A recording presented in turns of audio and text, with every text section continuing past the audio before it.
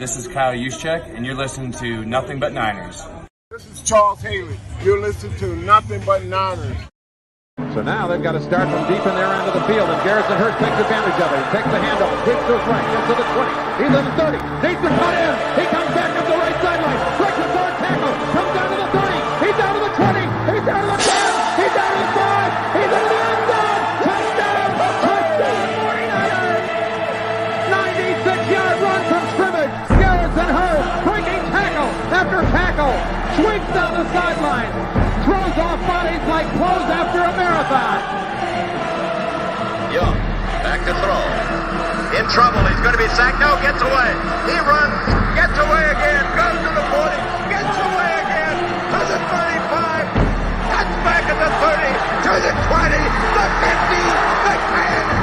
He dives. Touchdown, 49ers. Third down, Alex takes the snap. Alex looking, got it, post, and it's good. Touchdown! Touchdown, 49ers! It is second down. Ryan takes the snap, throws the slant to the left side. It's Russell intercepted. The 49ers pick it, and Navarro Bowman is redemption. Navarro Bowman running it all the way for the touchdown. No greater redemption. The San Francisco 49ers, we can do whatever we want. Click, click, boom! What's going on, faithfuls? The Nothing But Niners crew is back, and guys, it is Tuesday. Now, I know, we're a scheduled show behind, all right? We were supposed to be bringing you guys this show on Thursday, but there was some personal stuff going on. I got a little nervous beforehand, and I was just not in the mood to do a show. So I personally deeply apologize. I want to thank you all for your patience. Thank you all for your understanding, all right? Now, guys, it is time. We're doing Peeking at Prospects. It's the defensive side, okay? We did the offensive side. I had Eric Crocker on here. I had Wayne on here. We went through some of our favorite guys at each position. You guys are going to get the same show tonight, all right? I'm going to be here. Wayne's going to be in here soon, but I'm going to go through these formalities really quick, all right? So you guys know exactly where you need to be when it comes to us here at Nothing But Niners. First and foremost, if this is your first time here on the YouTube page, man, do us a favor, man. Hit that like button, subscribe, turn on notifications, so that way you know exactly when we're going live, all right? Give us a follow on some of our social media platforms. We have Twitter and Snapchat. Those handles are Nothing But 9ERS. Again, that is Nothing But 9ERS. All right. And then, guys, we also have I'm typing. Sorry. We also have Facebook, Instagram, and Twitch. That is Nothing But Niners. That's spelled all the way out. All right. We have an email address for you guys. NB9ERS at nothingbutniners.com. And last but certainly not least, I know everyone was talking about what's going on with Debo. What's going on with Debo, man? And I'm going to be honest with y'all. I talked about this shit last week. I know it's a hot topic now, but I'm sure we'll end up getting into it today because it's just what people want to hear about, right? But I'm telling you guys, if you head on over to Patreon, you go there, okay? And while you're there, what you do is do the $5 tier. All right. Until camp starts, we are doing everything, all videos on the $5 tier. There's no need for you to pay anything higher. Now, if you decide to do that, thank you. We appreciate it, but you are not required to do that. So again, guys, head on over to patreon.com/NB9ERS. I'm your guy, 49ers Mike _NFL. Let's go ahead and let's make some magic, y'all. Let's make some magic. Let's bring my man in here in 3, 2, 1. Click, click. Boo! Boo! What's going on, everybody? What's going on, faithful? Hope y'all had a great and marvelous day, man. What's going on, Mike? You sipping over there, huh? Yeah, this is some healthy shit. It's good. It's good to hear. Yeah, all right. I got the healthiest thing you can drink, though. Water? It's called H2O. Yeah. Water boy. This is some like all natural juice. No sugar.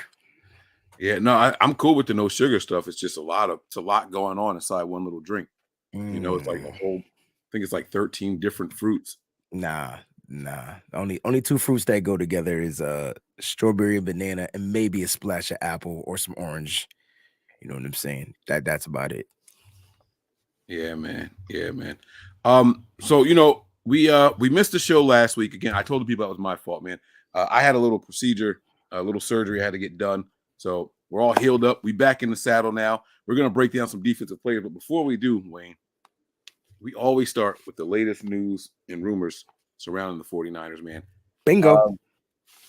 Is there anything even worth discussing right now? Is there any news or any? I mean, right now, the 49ers are in draft mode, bro. So you're going to see a lot of visits. They got to schedule 30 visits. So they're working on scheduling out the rest of their 30 visits, right? And so I don't know if that's like breaking news, you know what I'm saying? And they're not going to sign all 30 of the players, but it may be good to know that they some of the players that they bring on their visits do become 49ers, you know what I'm saying? And they're not all first round picks, like, you know, or second round picks. So some of the players, you know, Debo was, Fred Warner was a third round pick. So some of these guys that they do visit end up becoming 49ers. So that's good to know, whether it's via Zoom or whether it's in in camp, in person. Yeah, these visits are important. You know what I'm saying? They have a tendency to look at people that they bring in and then people from the Senior Bowl. You know what I'm saying? So they have seemed to found their affinity for these players. And you know what I think is cool about it? I thought Senior Bowl, these guys are going to be older. You know what I'm saying? Like, are these kind of moves really worth it? You know, like these are the things that I'm questioning. And then you turn around and you see things like Debo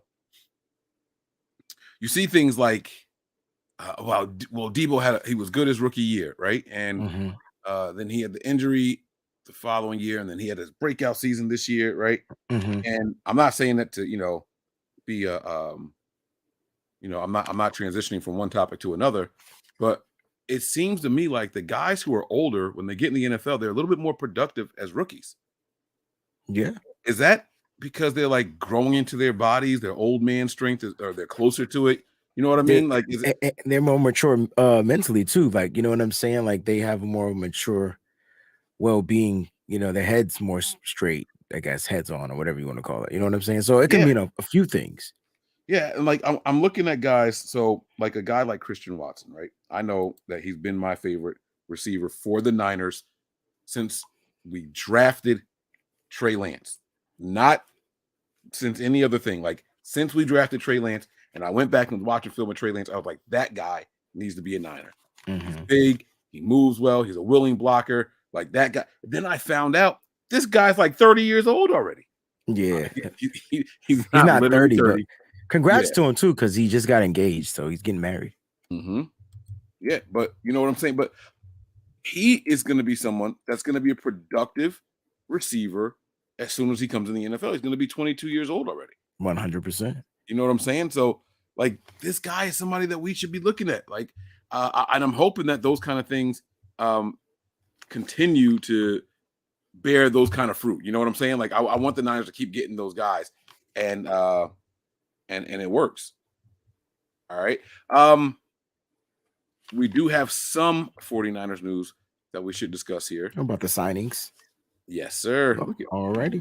Guy's good, man. Look at, I don't even know why I waste time I'm sitting here doing notes because I have my notes wrong because I didn't have my stuff confused, and then I started doing something different. So while you go ahead and break that, man, I'm going to continue writing my notes for tonight. No. I got you, man. No problem. So I have too many overlays in here. I got to add this one really quick. All right. So here it is right here, man. This one is from our guy, Matt Mayoko, who was stirring the pot, and that will be our segue. 49ers announced a procedural move with the release of defensive lineman Maurice Hurst. They immediately re-signed him to the same one-year contract. San Francisco also signed wide receivers Marcus Johnson and Malik Turner to one-year deals. All right. So we got to talk about that. I mean, they're filling their depth, bro. Like the 49ers got 9 wide receivers on the books right now. Well, before that part. Okay, because I mean, all right. So as far as the Maurice Hurst thing, everyone is wondering what the heck was this about. Well, I was talking about this last night. It has to have something to do with the cap relief. You know what I'm saying? Something to do with the cap relief. The 49ers they're under the cap. they don't have to remain under the cap though, but they do need money to sign certain players. But the money is the same in this situation, so I'm not sure if there's a difference in the language as far as what you can do with players if you get under by a certain time and then you relieve them and then you're able to re-sign them after a deadline. It doesn't seem like it's anything that big, but it has to something to do with the cap. That's the only thing I can think of, unless there was something in the contract they didn't like it and they had to renegotiate it, so they cut them and re-signed them and changed some language in the contract. I don't know. It's weird. You might know the answer, but I don't know. No, I know. I don't know the answer. I remember people saying, "Oh, they probably restructured the contract because of an injury or something like that." And then you hear all the people come out and say, "No, it was the same exact contract and value." Same contract, yeah. Now I don't know if the injury language was within that contract change, maybe. But that's what I'm saying. Like it could be something. It's just weird. I don't know if I've seen that, but like he beat Dante Johnson's record. Yeah. I've never seen another 49er player cut and sign back so quick. Like in 30 seconds. Yeah. Mm-hmm. Yeah. No, I got you, bro. Like it's weird. But I'm glad he's gonna be a part of it. I'm glad he's getting the opportunity to compete. You know what I'm saying? Look, this kid, I thought Maurice Hurst when healthy, and I know we always have to put that silly disclaimer in there, but football is 100% injury prone sport, man. You're gonna get injured some way, some shape or form. You're gonna get dinged up when your body's out there colliding. But like if he can find a way to stay healthy, bro, that's gonna be a good piece to have on our defensive line, because he's one of those sack defensive tackles. So like if Kinlaw is the run stuffing one, Maurice Hurst is the sack stuffing one, a la DJ Jones. Yes, sir. Yes, sir. And it's interesting to see that the Niners are continuing to add solid depth. So that way, again, I'm going to stick to this until I'm proven otherwise. They're setting this up for a BPA draft board. Absolutely. They are setting this thing up where whatever you think our biggest need isn't urgent. We don't need to urgently address that. So before we get to the wide receivers now, I know you want to get there. We got some smack talk going on towards you in the comments here. Brooklyn don't want it, yo. Where Brooklyn at? I'm gonna say it right now. Come on. We're Brooklyn. You ain't even got to read it. Where Brooklyn at? That's all I'm gonna say. Hey, you know what's gonna be funny watching this, Mike? Because you a Sixers fan. No, you're a Hornets fan. You know what's gonna be funny watching this, bro? It's gonna be funny when Jason Tatum and Jaylen Brown skeet all over Kyrie Irving, bro. Like that's gonna be funny. I didn't mean to make you laugh, bro. Just spoke faster than what you were supposed to do. Almost blew my damn lung up, man. No, because what I mean is it's gonna be really cool to watch Kyrie be like, dang. You know what I'm saying? Because he was there. He was there at the birth of them dudes, yo. And he couldn't make it work. I think it's gonna be interesting, man. You know what I'm saying? I really, really think it's gonna be interesting. And I gotta tell you the truth. I'm Ridwan here, man. I got 5 on it too, man. I say Brooklyn takes that one, man. That's cool, man. I put 5 on it. Ooh, push-ups.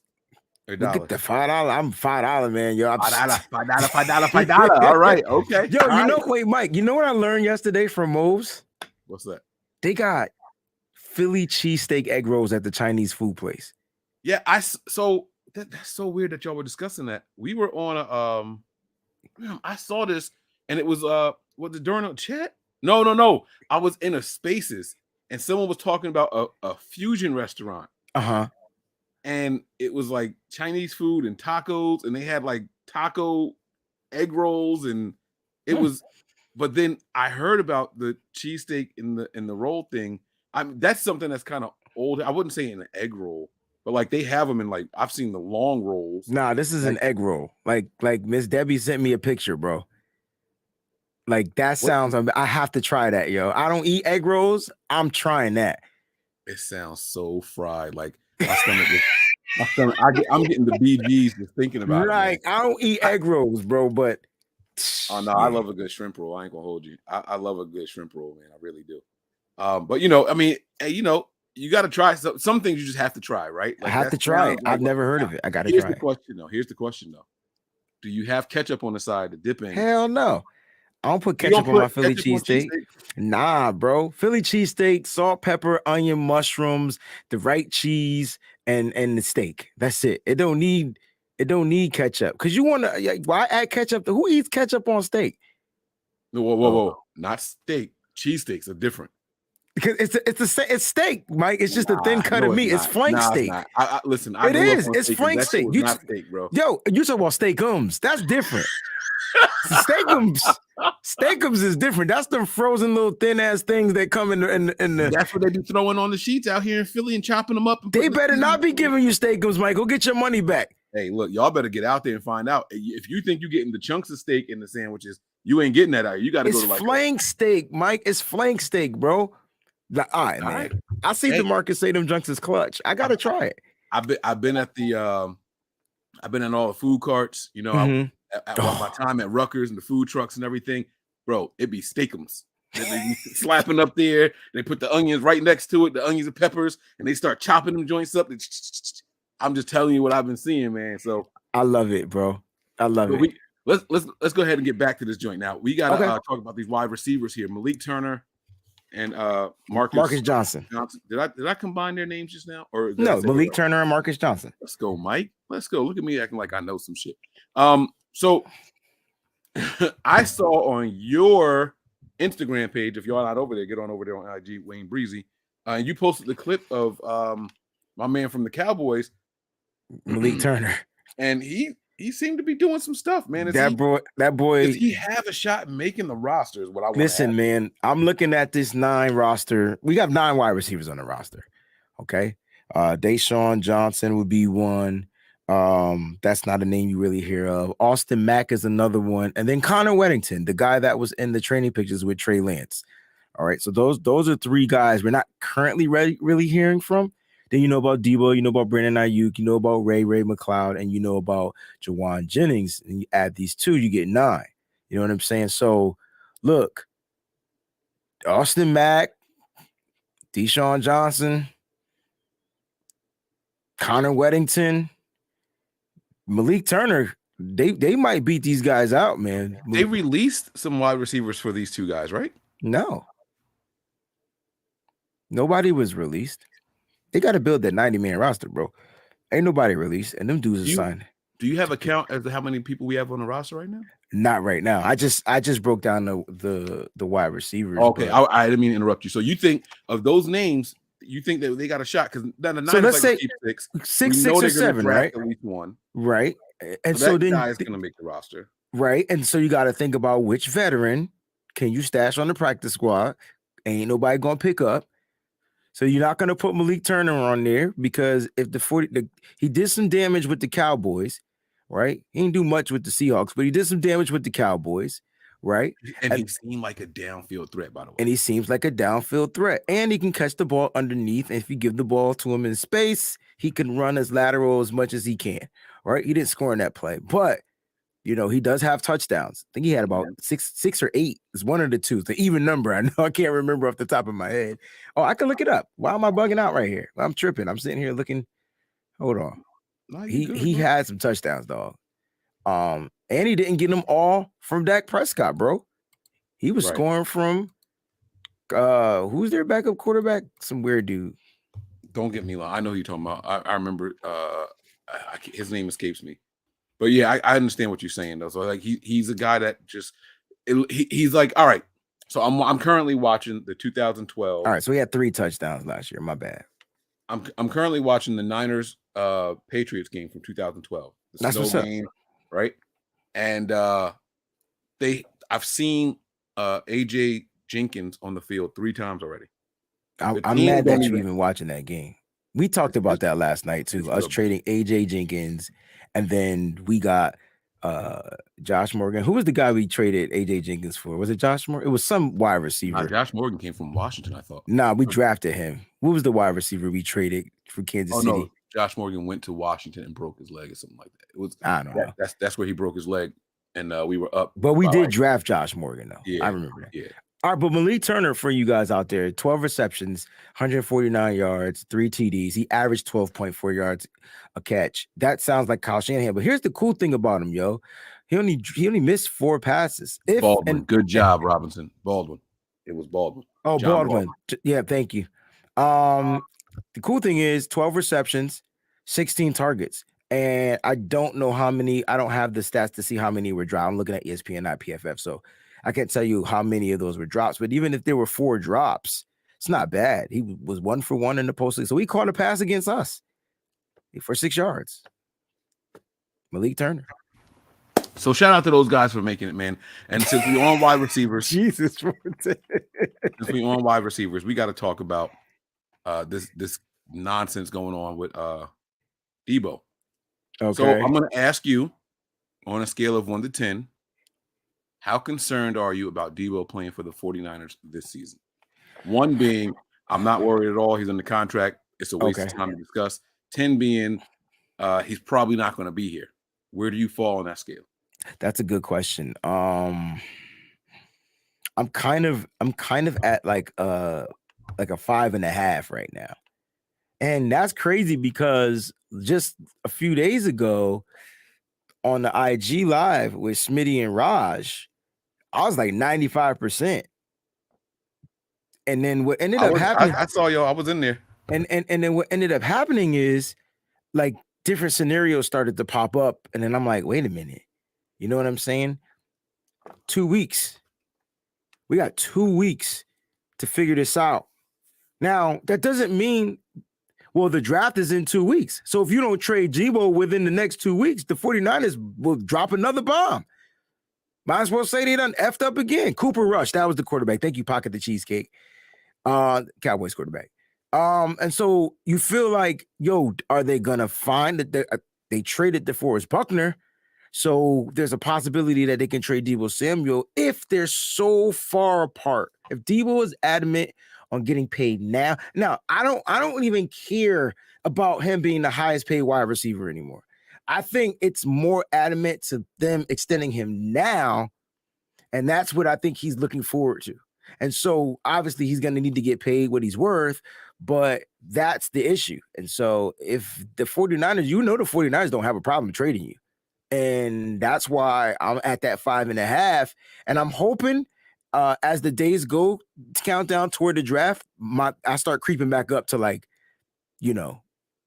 creeping back down. You know what I'm saying? Yeah, get closer to that 1. Get closer to that 1.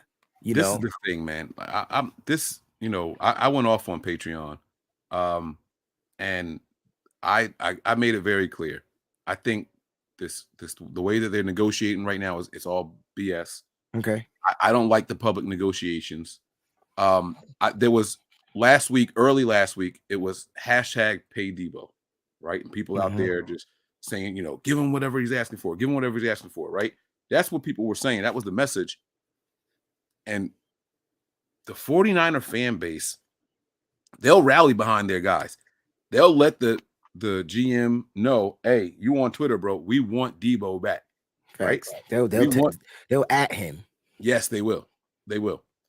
However, you want back a player who is acting like they want to be here.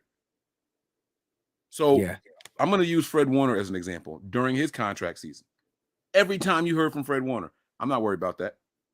This team has done right by me all along. I have no reason to believe they won't do right by me when it's time for my contract. I'm just focusing on playing and getting better. But then this is the exact opposite. Debo is throwing a full-blown hissy fit in the public. Is he? Come on, man. All the subliminal tweets, and then every time the fans call him out on that's it. That's not a hissy fit, though. That like a hissy fit with him not being a little B and coming out and just saying whatever he want to say.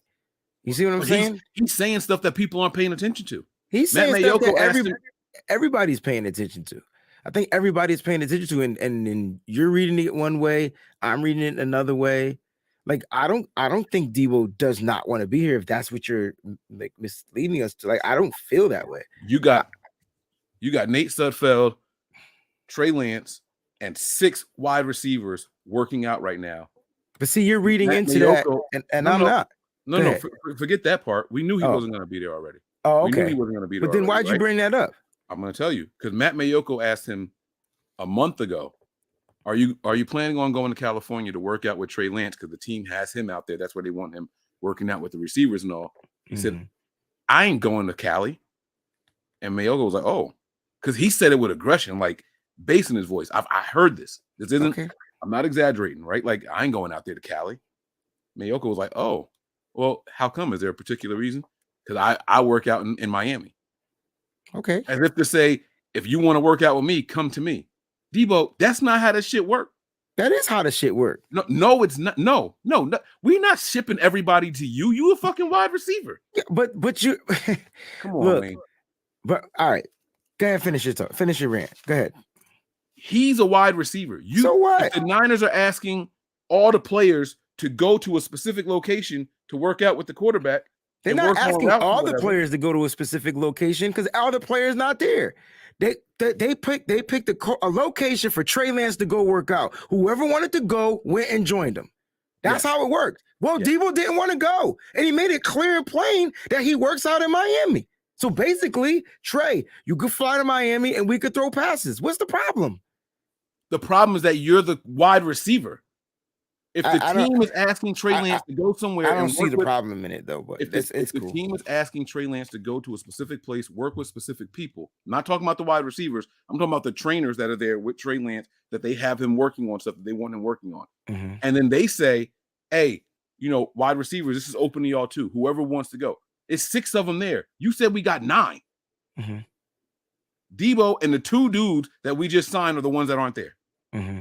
Right? And I don't even know if the other guys have started making their way over there. I don't even know if they're still out there working out at this point, right? But my point is, you don't hold enough weight to dictate where the workout happens. Now, I respect his decision saying, "Hey, cool, I'm not going over there." So then what's the problem? His tone. You got to hear the way that he said it. I got to hear the way that he said it because I haven't heard the way that he said it because you said it in you just said it in 2 different ways. No, I'm saying his general message.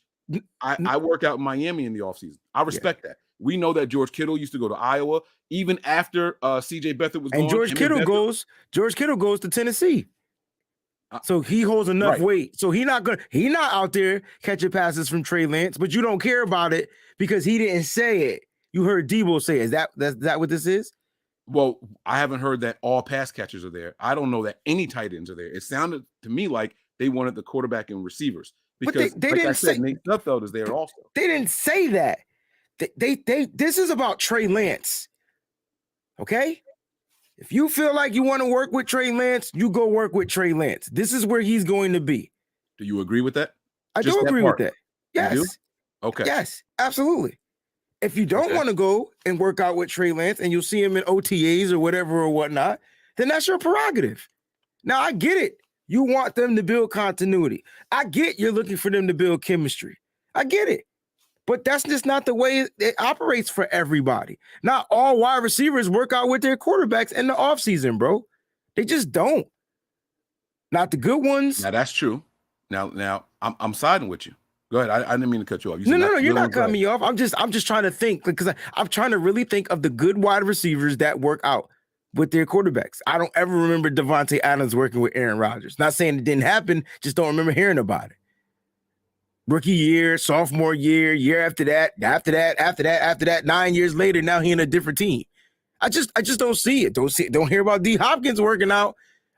I'm not comparing Debo to those guys. I'm just saying Debo likes to work out with those wide receivers, Jamar Chase, all them dudes. They're gonna be there. You know what I'm saying? Yeah. If Brandon Ayuk wanted to join Debo, he would have, but he wanted to go work out with Trey Lance, and that's his prerogative. I respect everybody's decision. I think we're just taking it way out of proportion. Well, possibly. And you know me, that's my thing, right? I dig deep. I go over everything with a fine-tooth comb, right?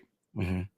I'm the guy that have come up with crazy-ass theories based off of body language at a presser. Yeah, 3 months later, right. it was like, boom, I was right? Yeah. Sometimes I'm wrong, sometimes I'm right. But here's my issue. You mentioned Devontae Adams. Let's use that example. Mm-hmm. You don't remember hearing about him working out or not working out with Aaron Rodgers, right? It's just not something that was discussed. His rookie year, his sophomore year, his third year. You didn't hear about any of that. Third year was his best year, right? And all that stuff.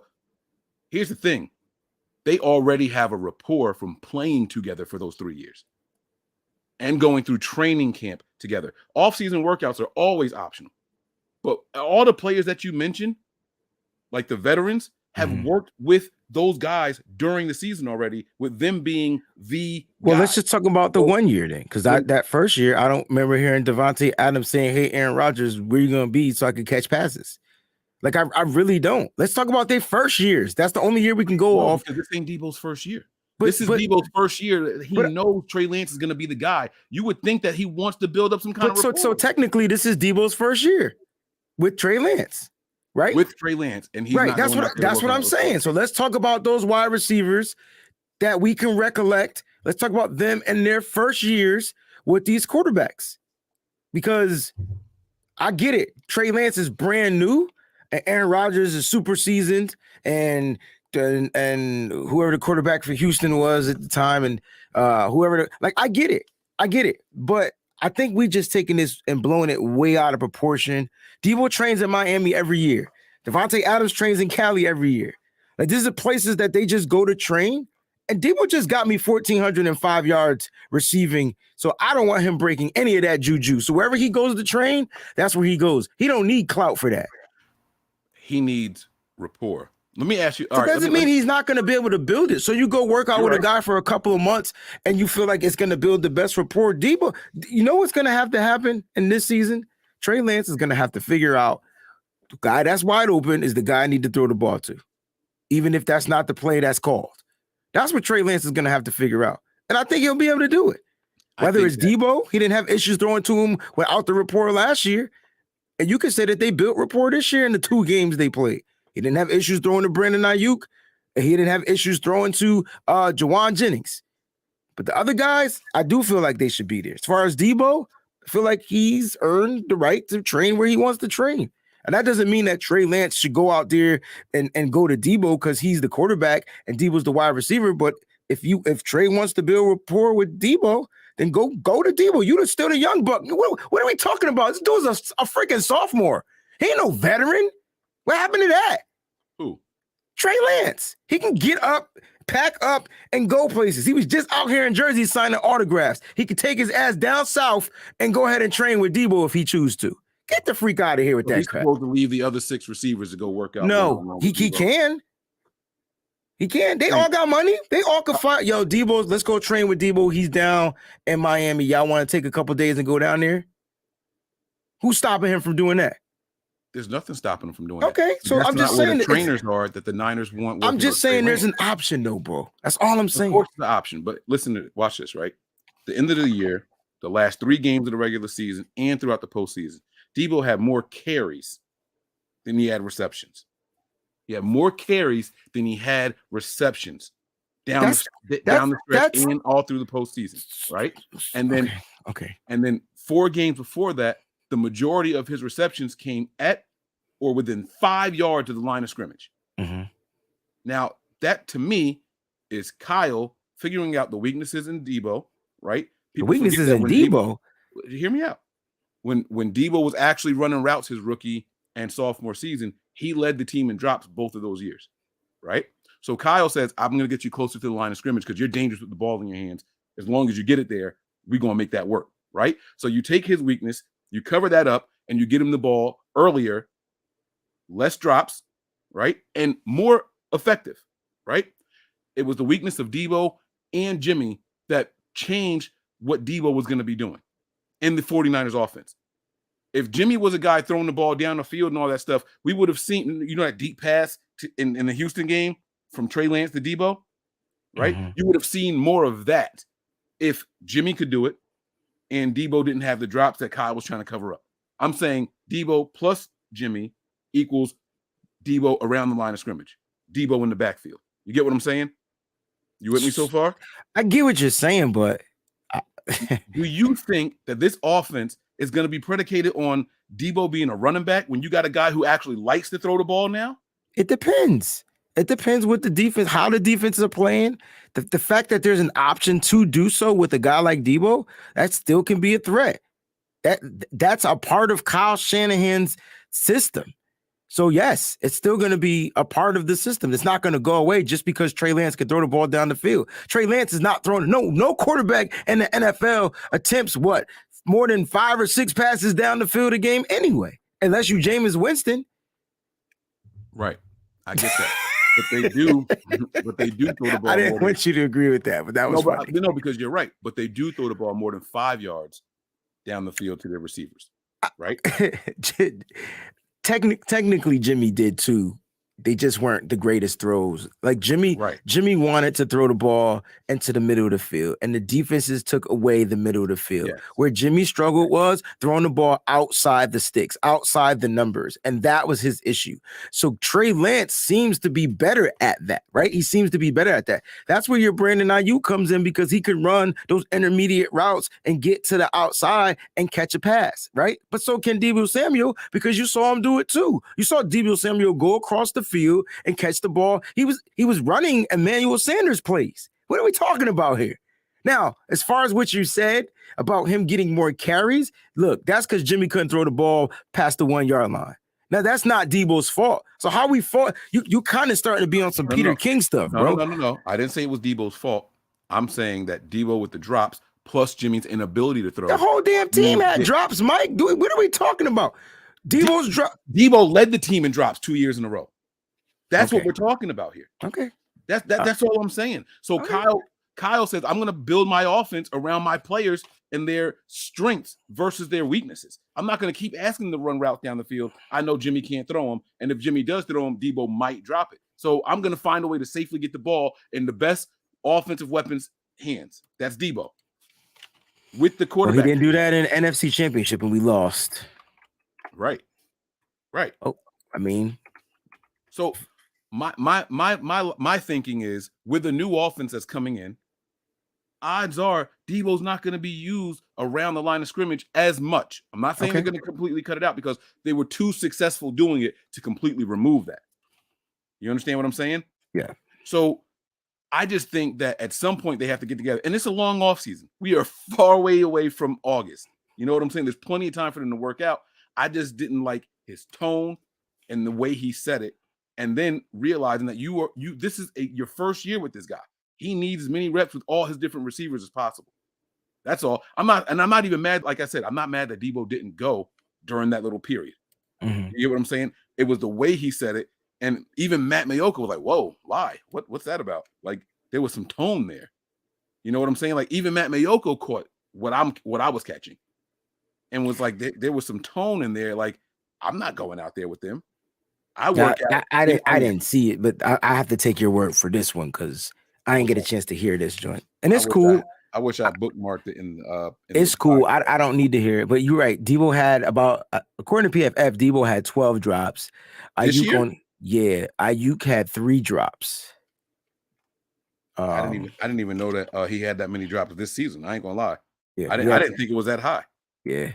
It didn't appear to be, but there was some to play. And then if you want to go with our top 3 receivers, Jennings had 5 drops.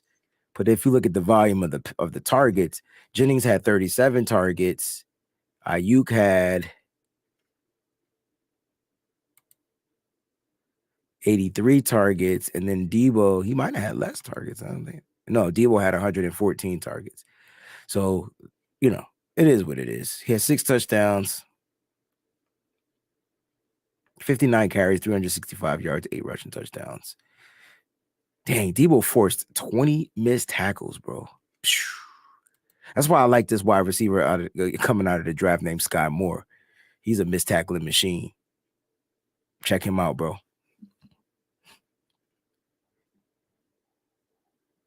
I'm trying to find this spot in this podcast so I can play. I'm really close to it. So give me like another 20 seconds. I'll have it. Listen, a lot of people saying that they agree with you, Mike, about as far as Deebo being, with Trey Lance and those. And y'all just want everything right. Like, you know what I'm saying? Like, I just feel like everybody knows for the past 2 seasons, Deebo's been in Miami training. Could he have went to California to train with Trey? For sure. But we don't know what this dude is doing other than training down in Miami. So Deebo's in Miami. If Trey or anybody else wants to train with Deebo, they can go down there and train with Deebo if that's an open ticket for them or whatnot. I don't see the big deal. I don't even know why we're discussing this, honestly. I understand that you're concerned about continuity and chemistry. I feel like that's where everybody is coming from with this situation, but I mean, y'all wasn't crying about continuity and chemistry when he was catching touchdown passes from Trey Lance. So at the end of the day, they're going to get better. Like Mike just said, it's early. It's still April. And right now, y'all worried about him training with Trey Lance. How about we need to figure out if Debo going to even be on this team? What's the point? So that's the issue. That's the real issue. Oh, my Mets won too, Mike. I can't hear you. You're on mute. I really should have bookmarked that joint like I used to do, man. But it's all good, man. It's all good. Look, it's starting to feel like, to me, let me be clear with what I'm saying here. It's starting to feel like Debo thinks. I feel like Debo thinks he has the Niners in some kind of vice grip. Okay. Right? Now, contract negotiations are all about leverage. So it has to appear that way. I don't like this taking place publicly. That's the issue that I have. The removing all the 49ers pictures from your social medias and blacking it out. And every time somebody signs a contract, you throwing the eyes up there and saying, oh yeah. And then you go out to dinner and you with the owner of the place that you at. And then the owner posts a picture with you two and says, if it ain't 25 million, don't talk to us about that. And then Debo's commenting underneath it and shit. Like to me, that's sloppy. It's not Debo versus the 49ers. That's not how it's supposed to play out. And if it does start to feel that way, I'm telling you, the fan base is going to turn on Debo. But they're not, because you don't know what the 49ers are saying to Debo. None of y'all know what's going on behind the scenes. Let me keep it a buck. Everybody think Debo's starting to become a diva, be the bad guy, whatever, because y'all see that as far as his optics. Y'all seeing what Debo is doing. You have no idea what the conversations are like when it comes to contract talks. They're probably not even going to try to pay Debo what he's asking for. If he's even asking for $30 million, he might not even be asking for $30 million. So how about we just chill out? He's asking for 25. Okay. Well, he's asking for 25, you said? Yes. Oh, you heard him say that? I'm going to tell you where I came up with that number. You're out partying with this owner of this establishment that you're at, right? Mm-hmm. And the owner posts a selfie of you. This guy is not a football guy. He's not an agent. And he says, if it's not 25 million, don't talk to us about that. That guy, whoever he is, the owner of Nothing But Niners, he didn't get that out of nowhere. Mm-hmm. That's not the highest paid wide receiver. And it's definitely not the lowest. That number came from somewhere for him to post that in that caption. Oh, the owner? Yes. He's probably following everything that we follow, bro. He knew Debo was down talking to Debo, chilling, and Debo said that's what he's looking for. So the guy posted up. Listen, that's a possibility that happened. That is a scenario to where that can happen, Mike. But there's also, you guys, everybody, he's Debo Samuel. Like, so everybody is following him. And maybe Debo just, whatever. Y'all can think what y'all want. I'm not telling y'all how to think. Who the fuck am I? Who am I to tell you what to believe and what to think? Mike thinks what he thinks. I'm going to think what I think. And I'm hoping that it all works out, because this team without Debo will be very different. I think everybody in the fan base wants Debo to come back. I think then everybody stop crying about what he's doing. Wants him to get paid. Then stop crying about it. Because he's making it look like the Niners aren't cooperating with him. Maybe they're not, Mike. And even if that's the case, you don't do that publicly, bro. Bro, you and I have had disagreement behind the scenes. Yeah. Between us, between other members of Nothing But Niners, how much of that has played out on camera? Everybody's different, Mike. You know what I'm saying? And you don't even know if Debo is doing this or the people that work for him is put up to this task, because they're trying to create this order. Oh, I've said that all along. I think the agents are putting them up to this. Yeah. I think the agents think that this is how you negotiate in 2022. Just like the agent put Jimmy Garoppolo up to go and see the second doctor and get into surgery. Just like this is what they do. Told Aaron Rodgers during his contract negotiations to post all this might be my last dance in Green Bay and da-da-da-da-da. I just think it is a disgusting act that these agents are asking all of the players to do. My beef isn't just with Debo. It's this public form of negotiation during That's contract fair. time. That's fair. I think that is sloppy. But the difference is Mhm. in Green Bay, they don't have much else to cheer for. They know that offense lives and dies around Aaron Rodgers. So those owners, all those people that own 0.5% of the team, those owners are going to be vocal. Hey, bring Aaron back. Give him what he wants. Right? Aaron Rodgers has the ability and the resume to turn the Packers fans against the Packers organization. Debo don't have that equity with us here, bro. But Debo, I don't think that's his MO. That's not Debo's MO. And honestly, I don't even know what his MO is, but I just don't feel like that's his MO. Or maybe Debo's still pissed the F off because Kyle Shanahan didn't give him the rock in the fourth quarter, the second half of that NFC Championship game. I don't get us. I really don't. I don't understand us. So who's more important to the 49ers, Debo or Bosa? Who's more important? Yeah. I don't know. I feel like they're equally important. Because I feel like without Debo, we're not even in the playoffs. Bosa still would have got his sacks, and we wouldn't have put up any points. So what we talking about right here? Come on, man. Come on, why? Come on, man. You just ask, no. Don't ask me a different way. Y'all could say Bosa because he's an edge rusher, but guess what we produced when Bosa was out? Sacks. We still got sacks. We didn't get a lot of wins, but we got sacks. And we probably didn't get wins because we didn't have no offensive player to make those wins happen. That because Debo was hurt too. Let's talk about that. Because they both was hurt. They both was hurt their second year. We also didn't have a quarterback. They both was hurt their second year. Both players missed. One missed all of the second season. One other player missed the majority of the second season. They both had down second years.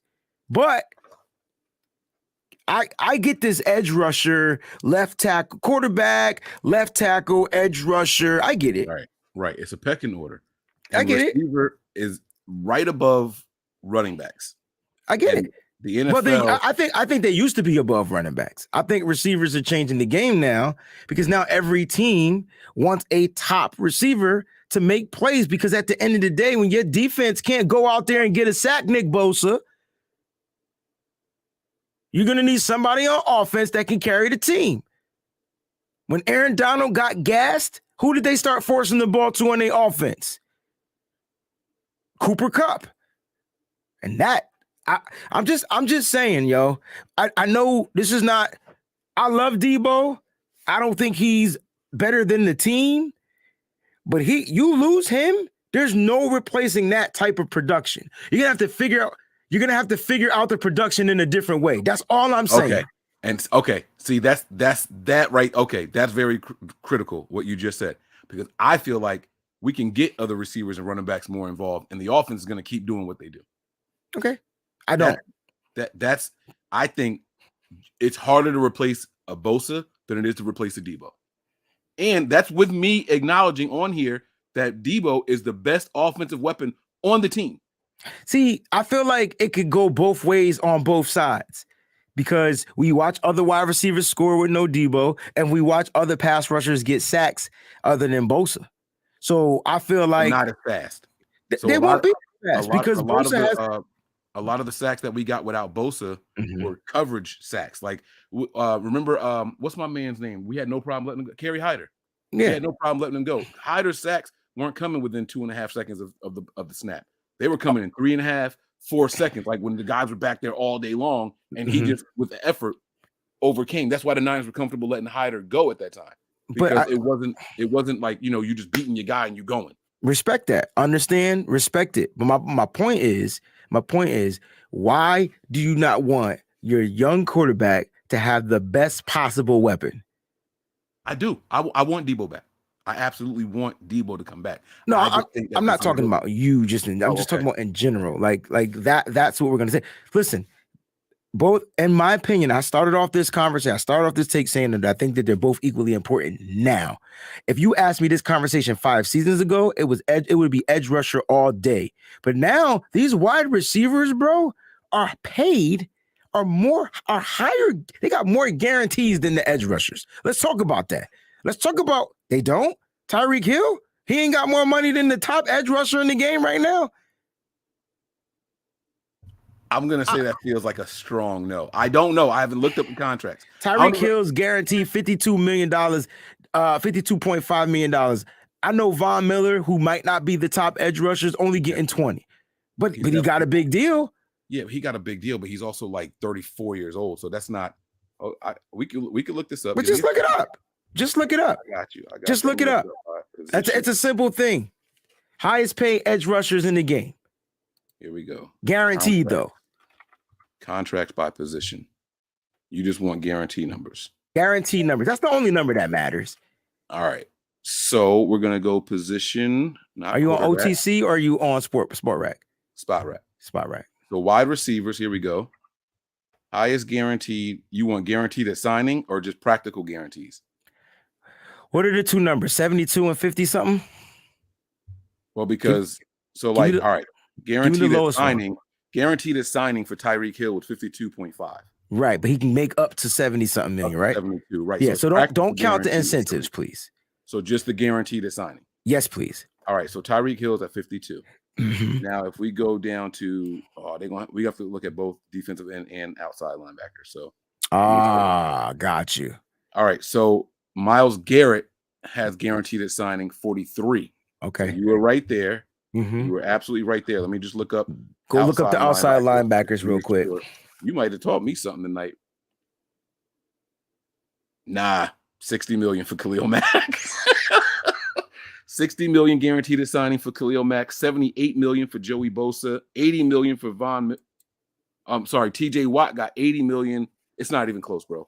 Joey Bosa 78, Khalil Mack 60. That's the guaranteed at signing?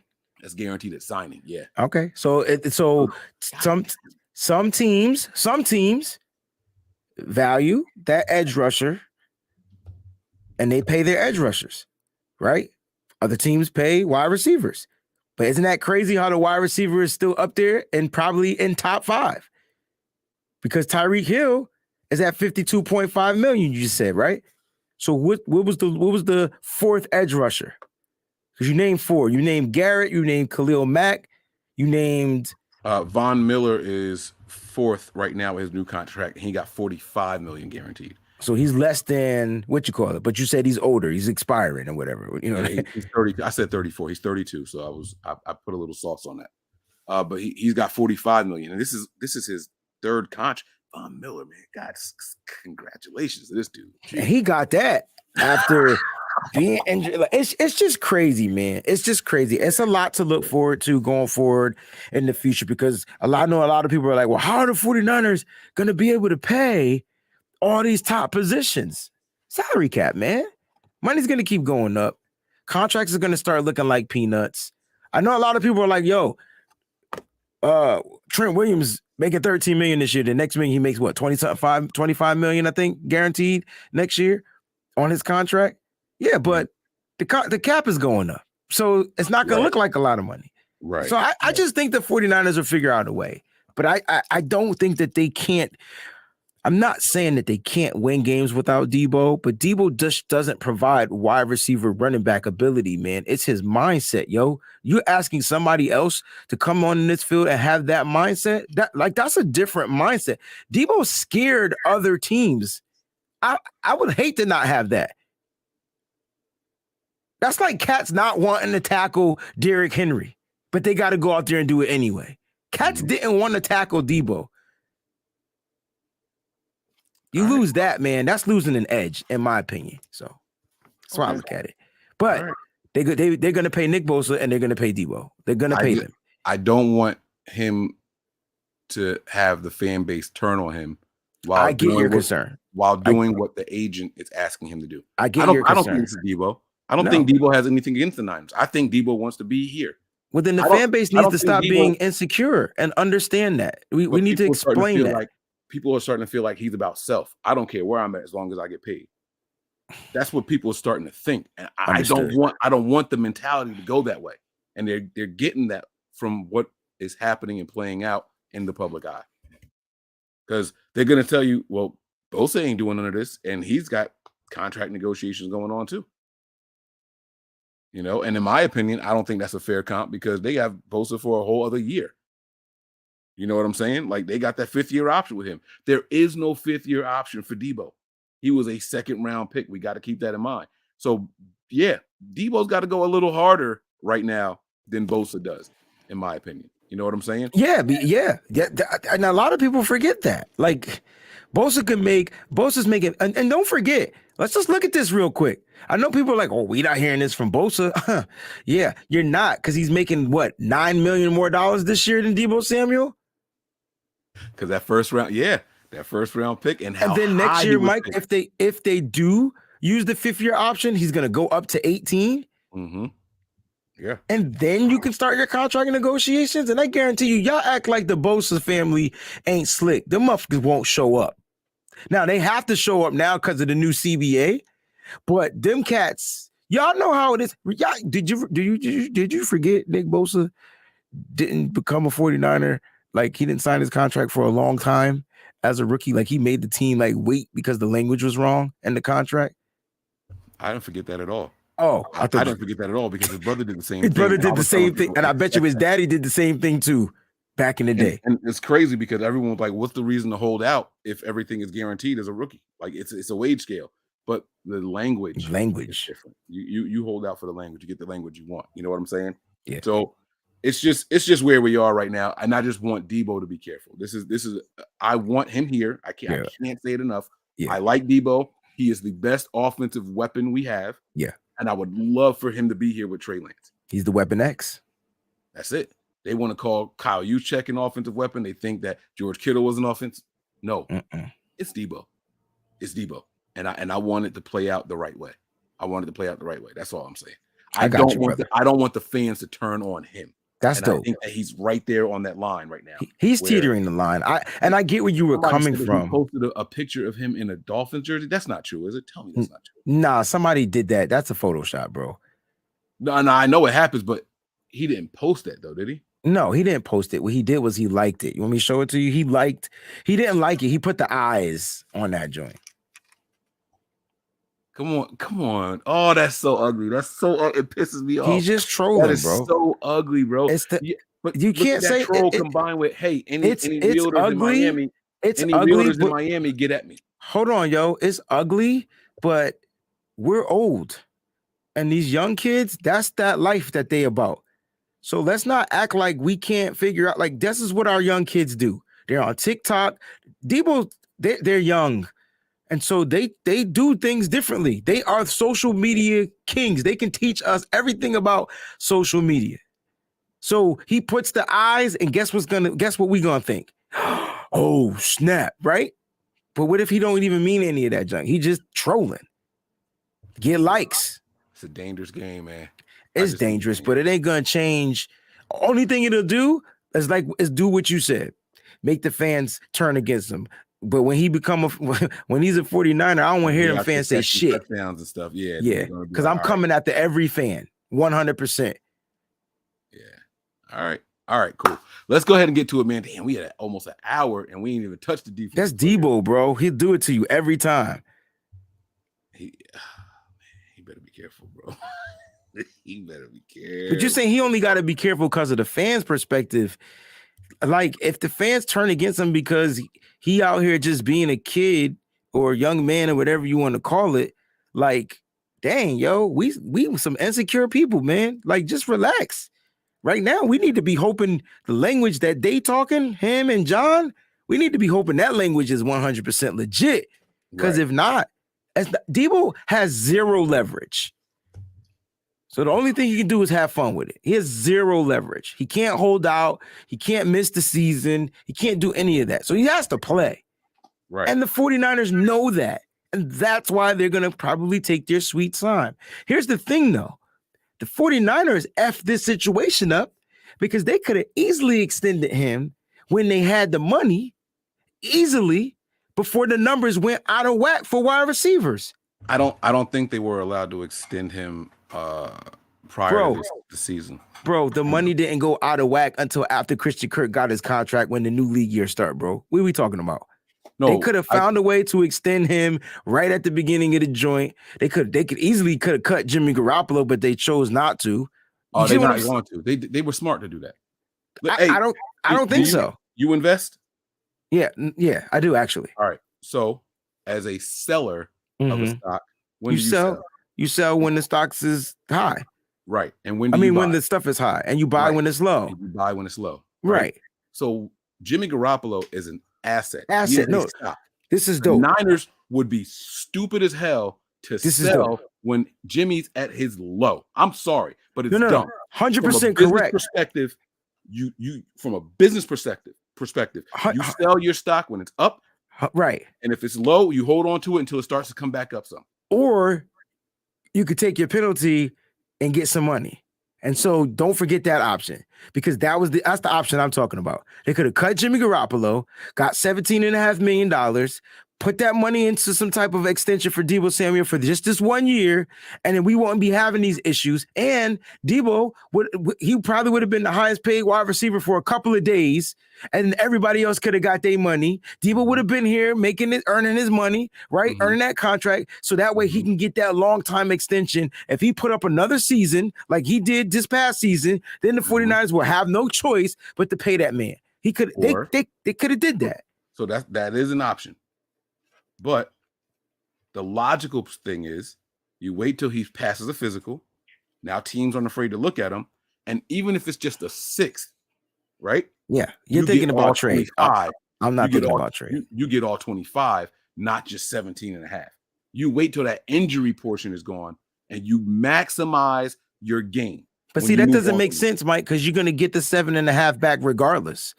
You just don't get it back now. Yeah, you do. No, it's not regardless, because there's a slim chance that no one signs him. Right. You only get that 7.5 back if he signs. Yeah, the chance is super slim. Like Jimmy's going to be on a football team. It's still a chance. So you know for a fact that he's going to, that in 2 months, 3 months, he's going to pass that physical, right? That's a guarantee. You're saying so. All right, that's fine, because I'm saying the money you would get back because he's going to get signed. So yeah, I can agree with that.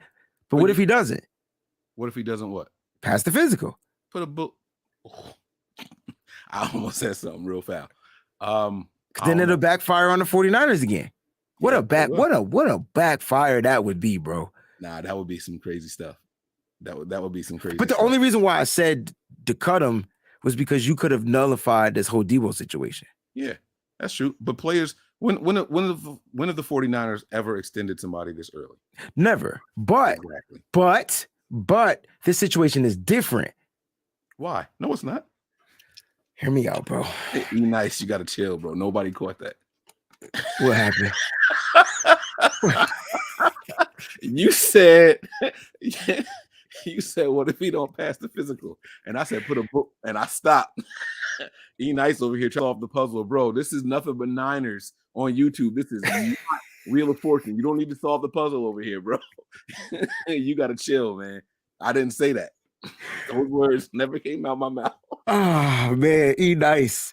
They get us every time. But nah, hear me out though, because I think I forgot what I was gonna say. But it was about Deebo. Shoot. Well, you said this situation is different. The situation is different because of the way the wide receivers is falling. The way the market is rising, it's rising very fast. So you're seeing all these second contract, third contract go around for the wide receivers, and they're getting paid bank because they produced for their team. So Deebo kind of falls out of that tier, and that's probably the argument the 49ers are saying. Listen, you're not in a league, you know what I'm saying? And so you're in the league of DK, whatever. But then Deebo says, right, Stephon. Well, you think he's in the same league as Stephon Diggs? I think that's the kind of contract he's going to end up getting. He's not up there with Tyreek Hill. No, but I think Diggs is. Diggs is going to always guarantee you catches. Like that's what he does. Catches the damn ball, gets 100 yards a year, 100 receptions a year. He catches the ball and gets you touchdowns. But he's also played longer. See what I'm saying? So that argument is going to be tough for Deebo. But what I mean is that the wide receiver market keeps going up. And so what's going to happen next, like when Cooper Kupp gets his deal? It's going to go up even higher. And so the 49ers, we know that it's always market value. We did this for Jimmy Garoppolo. We did this for George Kittle. And there was only 2 tight ends at that time when Kittle got his deal. He got his deal. We made him the highest paid tight end. He was the highest paid tight end for 9 hours. No, but they went back and tweaked it again, so now he's back as the highest paid. Yeah, because we needed to cut money to get underneath the cap this year so we could do what we could do. See what I'm saying? So, like, at the end of the day, like, I feel like the wide receiver market is a little bit higher and more dangerous because there's just more receivers options out there, bro. Whereas the Titans, there was less. As far as linebackers, Fred Warner was the highest paid linebacker for a day. Then Darius Leonard was like, no. Right. You get what I'm saying? Yeah. And so Fred got his money, but then Darius Leonard came in and got paid higher. And it's respectful because Darius Leonard was a higher draft pick and produced just like Fred.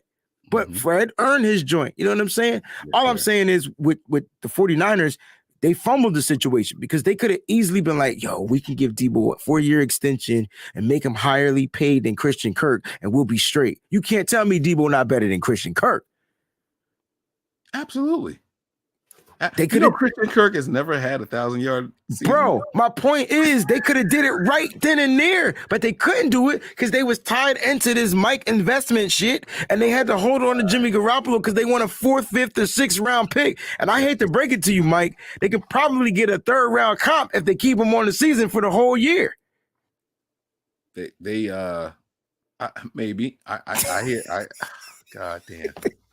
All right, let's get these defense. Let's go to the I'm so mad that you just said that. Oh my God. All right, come on, man. We're gonna do this, guys. All right, so this is the meat and potatoes of the show right here, man. We hope y'all were entertained by it. That was fun. That was fun. That was real fun. I heard Mike get frustrated because his tone changed. I reeled it in though. It was dope though, man. I'm for it, yo. Bring the bacon, baby. I got the grease. Let's go. I had to reel it in. You know what I'm saying? I had to pull it back a little bit because it is what it is. That's what passion does, though. All right, so let's pick a position, man. All right, so let's start from the line back. Are we doing the whole defense? Yeah. Every group. I have safeties. I have corners. I have linebackers. I don't have any tackles in this draft. That doesn't mean we don't draft. I just haven't scouted any. I don't like any. All right, so let me do that one first. Wait, you know what? I changed my mind. There are tackles I like, but I don't know. Excuse me, if we're gonna get it. There's only one tackle I want in this draft. All right, what's his name? You go. Well, two. There's the kid from Georgia, and then there's Travis Jones from UConn. Yo, I swear on everything. If you got my notes in front of you, bro, I don't. You want those same 2 tackles? Who you say? The kid from Georgia. I can't think of his name. The big dude. Right. And then there's defensive tackles, right? Yeah. All right. So I have a guy from Connecticut, Alabama. That's Travis Jones. Travis Jones. Yeah. Yeah, it's Connecticut. So I got an Alabama guy and I got a UCLA guy. So all right. What about the kid, that big dude from Georgia? I felt like he was out of reach. I know who you're talking about, and I'm drawing a blank right now. Oh, so we're going with guys that might not be okay. I'm looking at guys that the Niners might be able to get. Okay, so Travis Jones is a guy that they might be able to get. I think he's a day 2 guy. Yeah, he's a guy that may fall. All right, so Jordan Davis is the guy. Thank you, Pocket the Cheesecake. Appreciate you, bro. Sometimes my mind just go blank because I'm still on Deebo. Let's start with Travis Jones here, man. So he was one of the guys on your list, you said, right? Yeah, man. All Listen, this is a strong force to be reckoned with. Mm-hmm. Okay, like you want pressure on the quarterback. That's the guy. You miss DJ Jones, well, you go get his little brother Travis Jones. I can tell you that right now. And he's definitely.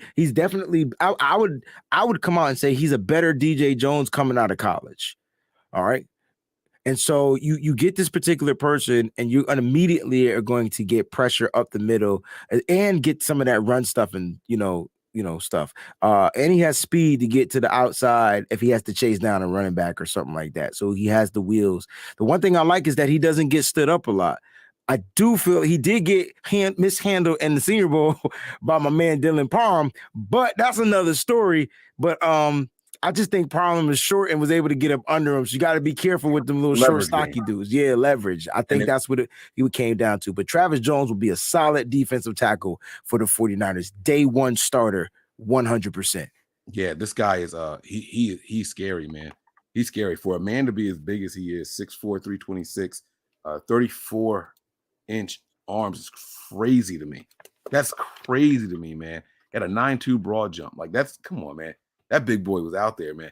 And he did have a good week at the Senior Bowl. Now, again, he did, Mike. You know, the one guy was, I mean, look, leverage is leverage. But we've seen what the 49er defensive line drills look like when Kocurek first came here. Remember, they had that little wired net out there, and he was making everybody like stand underneath that joint. He's teaching these guys how to get leverage just off rip.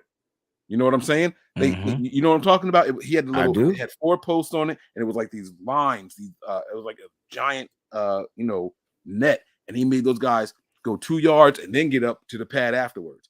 2 yards, then get up under. So that means that they're getting the leverage. He's teaching these guys to get low. If Travis Jones makes it to this system, if he makes it, the 3.5 sacks that he had last year and the year before, it's going to be nothing. He had 4.5 sacks on actually 16. 4.5 sacks, 16 solo tackles, 32 total 48 total tackles, excuse me. No forced fumbles, no fumble recoveries. But like I said, man, shout out to my little man, my little bro from New Haven, man. He's from my hometown, bro. I thought that's why he might have been on your radar. Okay. Listen, this your jersey love. That's how I get you. Yeah. I get you, man. I like this guy. I think that he's gonna be. I have him listed as number 1 because if the Niners were to move on him, it's gonna have to be pretty early. Absolutely. He's probably going to go between 50 to 61. He'll be going in that range. Right. And so that's why I have him as number 1. He is the longest of shots that I have on my list of defensive tackles. But Travis Jones is a guy that with the right grooming, man. Oh my God. He's the only tackle I want in this draft, though, Mike, other than Jordan Davis. But I know we won't be able to get Jordan Davis. All right, I got to give you another name then. All right, give me a name. I'm gonna put you on this guy from Alabama, okay? Phidarian Mathis. Oh, Phidarian Mathis. That's another guy. I totally missed it. Yep. Good job. This dude is a good guy here. Now, listen, 9 sacks and a forced fumble, 53 solo tackles. You know what I'm saying? 53 solo tackles. This guy has some serious don't do that. He has some serious pass rush ability and a good run stopper, and he's quick. I really, really like how quick this guy moves. When I was reading around and listening to interviews and people talking about him, things like that, you know what the word I kept hearing over and over was about him? What's that? Leader. Absolutely. 100%. Phenomenal teammate and a hard worker. He gives me DeForest Buckner vibes. He as far as his personality. Quiet dude, but leads by example. He's a 6'3" guy also. Right. No, I'm just talking about as far as personality, but his pressures up the middle is ridiculous. Now you're getting a guy, and he played for Alabama, man. So, they play the cream of the crop, when it comes to, college football. But 9 sacks, 1 forced fumble, 2 fumble recoveries. You know what I like about him the most? He puts his damn hands up. Pass deflections. He got 2. Come on, that's it, man. That's it. And that, man, listen, I'm not gonna sit here and compare. You know what? I'll do it. I'll do it for the sake of argument. People can laugh at me or whatever. He already sounds like a poor man's Aaron Donald without professional training. Okay. I don't know, bro. 6'4", 312. I'm talking about ability. I'm not talking about size. I don't even know how big Aaron Donald is. I'll check Aaron Donald for you. I don't think Aaron Donald is that big. Nah, that's why I said that. One of the reasons that helps Aaron Donald out is his leverage. Yes, absolutely. He's 6'1". See what I'm saying? That's a big difference. Oh, wait, let's put my man's name up here. Aaron Donald 6'1", 280. Phidarian, PHI Darian. That's how you spell his name. Got you. Who's the third guy you got? Let me just flash his name up here so that way people, when they watch the show later on, they can start skipping through if they want to. For sure. They're gonna have to rewind once they get to this part because we're done talking about Phidarian Mathis. But he is the guy I want the Niners to get. Someone that I don't think we're gonna have to reach to get. I think he might be a 3rd round guy that we can get. No, Mike. You think he can go higher than that? Yeah. Where's he projected to go? I think he's a late 2nd rounder, and we draft late in the 2nd round. We're at 64, so we're at 61. No, we're at 6.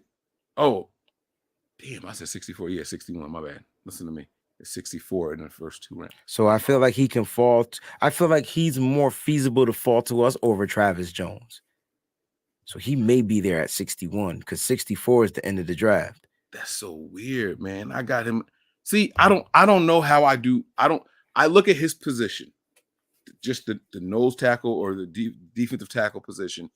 And unless you are like, again, unless you're like Aaron Donald coming out, I feel like you can go in the 3rd round. I want to know what Aaron Donald. I don't remember what his college numbers were. I wish I could look that up. I don't know what his college numbers were, but I remember me, my uncles, and my cousins all sat around and we were like, let's do some scouting. And when we put on the film of this dude, every single one of us were like, oh, our team could use him. No, he's damn good. Like watching Aaron Donald in college was something just different. It was different, bro. And it's crazy how he went to Pitt. He went to Pitt and his colors are exactly the same as the Rams. Yeah. I just thought that was crazy. Cool. It was crazy. Right, yeah, who's your 3rd guy, bro? All right. Otito Ogbonnia. Don't ask me to say it again. UCLA. Yeah. All right. Otito Ogbonnia. He's a late rounder. I got him late. Yeah. I think How do you spell Otito? Otito. OTI. Here he goes. All right. I'm gonna put his name in the chat here. I mean, in the on the board, so people can look him up if they want to. All right, 27 total tackles, 15 solo, 12 assisted, 2 sacks, forced fumble recovery, 2 pass deflections. 6'4", 320. Yeah. He was okay at the Senior Bowl. You know what I'm saying? But this is a guy that can come in here, be rotational, get some grooming, and I think that in reality, this is a DJ Jones replacement. Look at how late he's going to be coming in. I see got DJ Jones. You know what I'm saying? The 6'4", 326. This is the biggest of the guys that I have that my eye on. You know what I'm saying? Again, long arms, 34.3, 10-inch hands. That's why you can see those passes deflected when he can't get to where he's going. And he's going to clog the middle. I mean, this guy is a beast at the point of attack. It's hard to move him at all off his spot. Respect. Strong lower body. I like this kid. I like this kid from UCLA. So shout out to him, man. And by the way, of the guys, let me see here. He did 29 reps on the bench. Just want to put that he's a strong guy. Yeah, 29 reps on the bench. So I like this kid. All right, we can move on. What position do you want to go to next? Let's just keep going. Let's go from front to back. So let's go to the edge. We got the tackles. Let's go edge. I got 5 edge rushers. I got my top 5 edge rushers. Ooh. All right. How many you got? I try to keep it to just 3 each. Oh, then I'll pick my top 3. That's perfect. All right, so give me your first one. Nick Bonitto out of Oklahoma. Is it 2 ends or 1? 1 end. All right, Nick Bonitto, man, ran a 4.54, 35.5-inch vertical, 120 broad jump. His 3-cone was a 7.07, and his 20-yard shuttle was a 4.23. The 6'3", 248, 32.5-inch arms, 9.38-inch hands. Look, he does one thing, man, and he does it well. Where'd you say he was from? What school? Oklahoma. Interesting. Okay. He does one thing, and he does it well, and he has speed on the edge. He's like the perfect comp D Ford, bro. As far as setting the edge and stopping the run, he doesn't struggle in it, but it's not his strength. But that doesn't mean he won't get better being in this system. You bring this kid in, you have him being out there on them 3rd and longs, and all he gotta do is get to the quarterback because they're gonna be doubling up Nick Bosa or whatever. This kid can win one-on-one matchups against some of these right tackles in the NFL, bro. I guarantee you, he has the speed, he has the arm, he has the moves to do it. Nick Bonitto is my number 1 when it comes to edge rushing. I mean, there's another guy that I want. Is he someone that's in reach of the 49ers? Oh yeah, he probably won't. He's probably a 3rd rounder. Okay. All right. So I'm going to give you my guys since we're on Oklahoma guys. Okay. All right. Oh shit. Hold on. I forgot to put the S on here. And it's Nick N-I-K Bonitto too, by the way. Oh, N-I-K. Yeah. Okay. Isaiah Thomas. Now, this guy is also from Oklahoma. 6'4", 258. All right. Long arms, 33.8. All right. Big hands. This guy is someone who got better year after year, right? If you want to talk about a motor, you want to talk about somebody who is going to give it A+ effort, always around the ball. Always around the ball. And I was trying to figure out why this guy didn't have more hype. I don't know if you can find his stats, right? Yeah, I got everything right now. Isaiah Thomas, 6'5", 266, you said, right? Yep. All right, 18 solo tackles. He had a total of 38 tackles, 8 sacks, 3 forced fumbles. 8 sacks, 3 forced fumbles. I have him as a later round guy, though. He's a day 3 guy for sure. I have him as a day 3 guy right now. But I was trying to figure out why he was ranked so late, right? Probably because he was under. Now, he had one more sack than Nick Benito, and he had, what did I say, 1 forced fumble or 2 forced fumbles? I can't remember. Benito had 7 sacks. I know Benito is going to give you speed. That I can go for it. No, this guy is all motor. Yeah. This guy is all motor. So do you want all motor or do you want speed? I wish you could combine the two. Then you'll have Nick Bosa the second. Right. Exactly. But if you have Nick Bosa on one side flushing people out, then you want the motor as the quarterbacks retreat to the other side. Okay. So I mean, if it depends. I mean, I want speed because but then you could over pursue if Nick, or they step up in the pocket. You know what I mean? Like if Nick is flushing guys out and they go into the right, then he's got to be on it. You know what I'm saying? And I don't know. I like that. But I was trying to figure out why he wasn't getting more hype. I was really trying to figure it out. And it's the red flags that he has, right? He had a petty larceny charge in 2021. And then he had also a DWI. Oh, then you stay away from him. Well, when they pulled him over for the DWI, they said they smelled alcohol. He blew a .07. I don't think that was over the legal limit. But he was 22, so he was legally allowed to drink. However, when they pulled him over, he didn't show up for court for the petty larceny charge. And so there was technically a warrant out for him. Okay. If this kid can get his head on straight. Nah, dog. I don't even know why you're talking about him. Why? Hold on. What did he do that's so wrong? It didn't do anything wrong. But there's an option of something else can go wrong. And I don't think the 49ers should just even go down that route. I just don't think so. If this guy ends up in Vegas, it's a lot of trouble to get into out there. I can see it going bad, right? But I'm just saying, Mike, do you want to take the chance? We took the chance. On a day 3 pick, yes. I wouldn't take the chance, period. That's a waste of a pick. All right, let me ask you this real quick. Remember, we got 2 day 3. We got 2 round 2 picks, bro. You got the 93rd pick and the 105th pick. These are the picks. I think those picks are more critical than that 1 5th round, the 2 5th round picks we got, or 1 5th round pick that we had. He's not going day 2. He's not going day 2. This is a day 3 guy. I don't think I would go somewhere between the 5th and the 7th rounds. All right, so you're saying you would take a chance on a guy that can possibly turn out a problem using that 5th or one of the 220, 221 pick? Absolutely. Okay. Absolutely. I think everybody in the draft. I still think there's more value later in the draft at other positions. I wouldn't do that, but I could dig where you coming from, bro. Is it the DWI? Like you've had a drink before and drove, right? Yeah, but I didn't get pulled over. He got pulled over, but he wasn't over the legal limit. He didn't get a DUI. It was he had alcohol in his system. I'm just saying, Mike. We've just seen it before. What if he drinks more and gets pulled over, and then it's a problem, and now his high motor can't be on the field for the 49ers? Oh snap! We talking like we in the front office right now. Come on. Oh man. snap! That's the purpose of this exercise, though. But I went with him because of the Oklahoma, connection to Nick Benito. So that's why I went with him. I wanted to bring some light to him. This is not the guy that I have with my top. The guy that the Niners would have to get with their top pick. So, but yeah, I just think that. Listen, man, I was 22 before. And I know the dumb shit that I was doing. And there's been nights where I woke up at home and had no idea that I drove home. And I'm not condoning that shit. I've never been that drunk. Oh, shit. I have. I'm not condoning it at all. And I think it's extremely selfish when people drink and drive and all that. So can't say it enough. I'm not making excuses for him, but he's a kid who had a lot of people talking about him, praising him. Kids fuck up. He didn't get into a car accident. He didn't hurt anybody.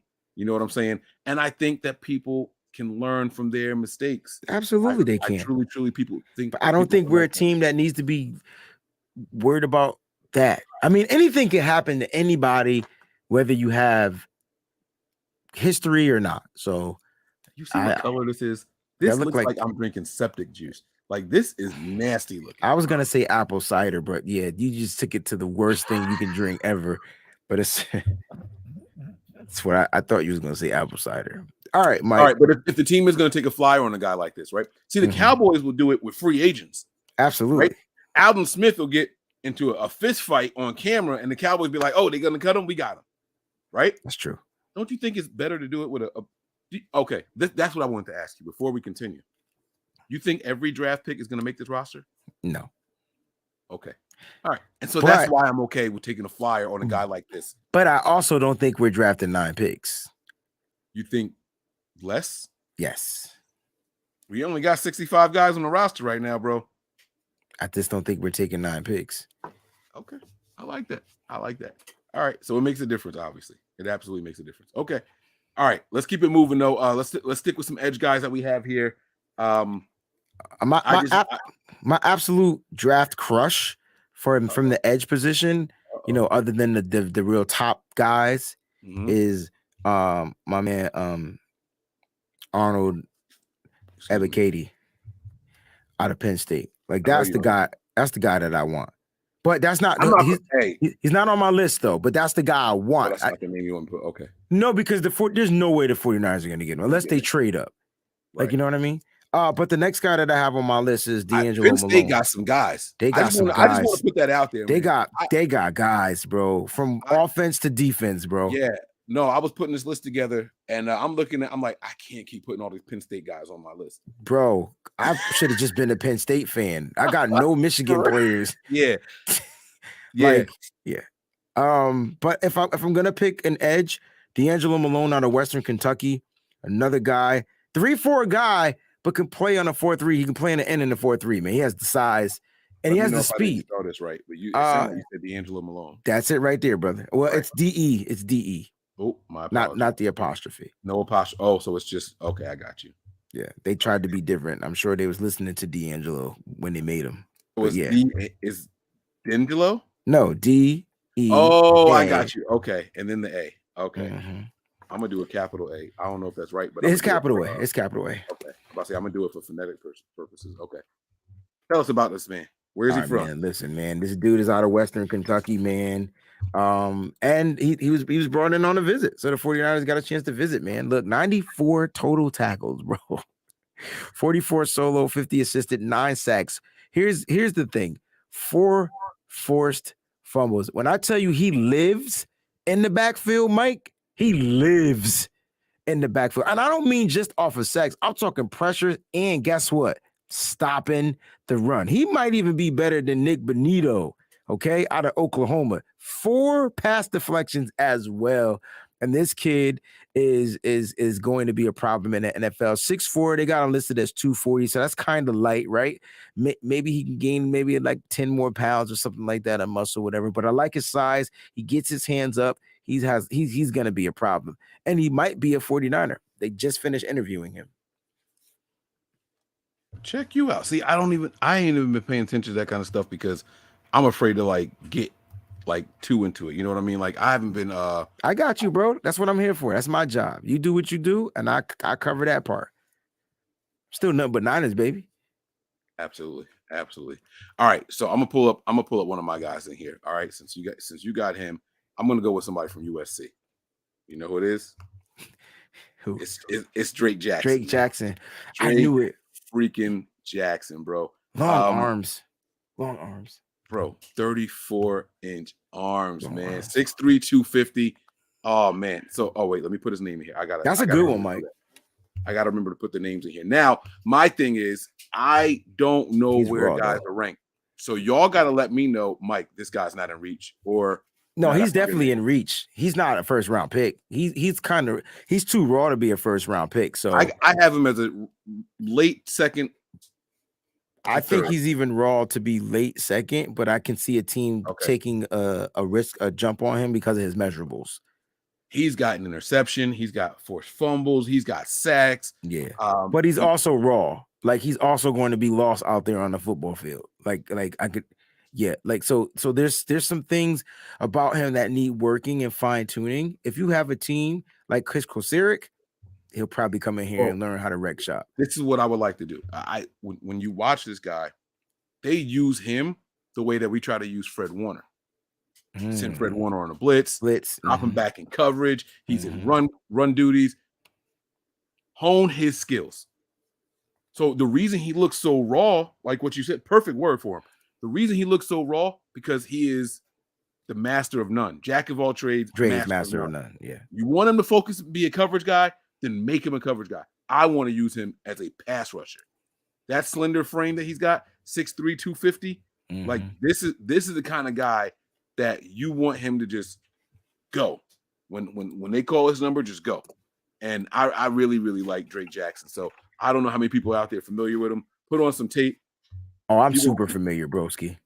You're going to see this guy doing a little bit of everything. Like I said, dropping in coverage, going after the quarterback, setting the edge. Like they ask him to do a lot of things like that I just don't. It's weird, right? You want to showcase your guy's abilities, but if you don't allow him to hone anything, you're actually devaluing him at the next level. Because now NFL scouts, just like you said, he's so raw. What is he good at? What's his niche? You broke it down perfectly, bro. That was dope. That's what I got for him. All right, do you have another one? Because I got one more here. I got one more too. Sam Williams out of Ole Miss. All right. If I spell this wrong, somebody it's just Sam Williams. Somebody take the beat juice away from me. If you want speed, he's the guy. Okay, 4.46, second out of all the defensive edge rushers in the combine, running in that 40. All right, he's definitely the guy. Hold on. What's his height and weight? Is this 6'4" dude? Sam Williams is 6'4", 265. I ain't even read his stats yet. Oh, I'm sorry. My bad. No. It's cool. I'm just saying I ain't even get to that part yet because that's what's gonna blow you away. No pun intended. All right. When you think about Sam Williams, man, broad jump 123, vertical 32.5. He didn't do any of the other drills, but he's fast. He probably ran so fast it hurt him, right? When you watch him on film, you mentioned something earlier about the motor. You know what I'm saying? This kid's got a motor, bro.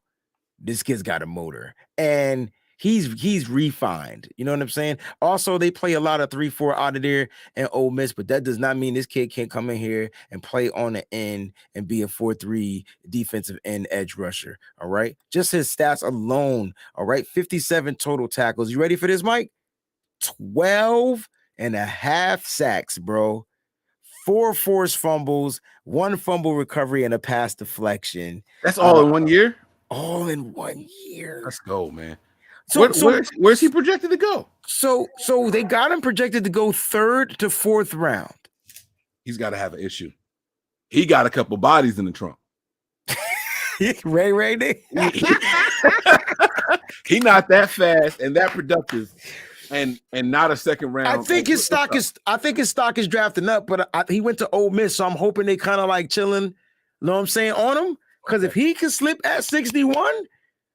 I'll take him over and like a lot of players, bro. Like this cat is a problem. Coverage, you name it. This cat got the speed. Hey, I added this to your Twitter right now, just so you know. Okay. No, I don't care. I threw that on there. Nah, that's what's up, man. I'm gonna have to go pop some tape on this guy, man. You're gonna love him. I can't even tell you. He has the motor of a Patrick Willis coming out of Ole Miss. He probably lived up to that. You know what I'm saying? He wanted to be probably like the guy. He just was a defensive edge rusher, but he plays football, high intensity, high IQ, doesn't miss a lot of tackles. This guy is a guy I can see on the 49ers, bro. Wow. I like that. I like that a lot, man. All right, I'm gonna give you my last guy, and it's gonna be somebody from Houston. Now he's probably gonna be the biggest. I know this cat, Logan Hall. Hell yeah. Logan Hall, baby. This is gonna be. Oh, let me put the name in. Hold on. It's funny because as I watch film on Marcus Jones, who's obviously my number one draft crush, like as I watch film, I can't help but not watch Logan Hall wreck shop. He stands out. He stands out when you pop on the tape. You know what I'm saying? Yeah, definitely. He might be a second or third rounder too. 20. Yeah. He might be out of reach. This is my top guy. You know what I'm saying? Like you were saying, picking somebody at 61. So that's why I want to get this guy in here. Gotcha. He's gonna be if we get him, he's gonna be up there. He's gonna be up there. 2021 clearly his best season, right? Oh no, that's what happened to Sam Williams. He had a sexual battery charge. I told you there had to be something, unless they're just saying that. I wish he would have had bodies, man, over sexual battery. At least he could play in the NFL. He killed somebody. He could play in the NFL. You can't. The battery charges don't fly right. Yeah, man. I don't know, man. They gave what's the name of the Cowboys did. What's my man's name? Then guess where he's gonna go. Man's name? He's in the UFC now, but he threw Shorty on top of all the guns and was whooping her ass. What's his name? Grady. Hardy. Greg Hardy. Greg and Hardy. He paid her off. He paid her off to shut up, and not show up to the court. Yeah. So he might be a Cowboy then. Damn. I told you something had to be wrong for the way that you was just glowing about this guy. Oh, he was suspended from the University of Mississippi after being charged with sexual battery. We've suspended Sam Williams for all in. Damn, Sam. Yeah, that's going to take him off the Niners list. But he will fall. He will definitely fall. I told you it was too good to be. I was like, something's wrong with that. There's no way that kind of production, he ain't up higher than that. So it's crazy because it's not out yet. But the moment the week of the draft come out, all this stuff gonna come back up. And this was in 2020. So he played last year, obviously, because I just read you his stats. Right. And teams are gonna leak this information, so hoping that they fall to him later on. Ooh. That's what teams do. We've seen I wasn't supposed to say that. We've seen teams do that to get you guys to drop to him. You know what I'm saying? What's my man's name with the weed mask? Was that Jeremy Tunsil? They knew what they was doing. That was the Dolphins, right? Yeah. They knew what they was doing, man. They wanted him to fall, bro. They knew exactly what they were doing. But so Mike, I know I ain't taking the care from Oklahoma, right? But if he in the 6th or 7th round, you're not gonna take this kid, yo?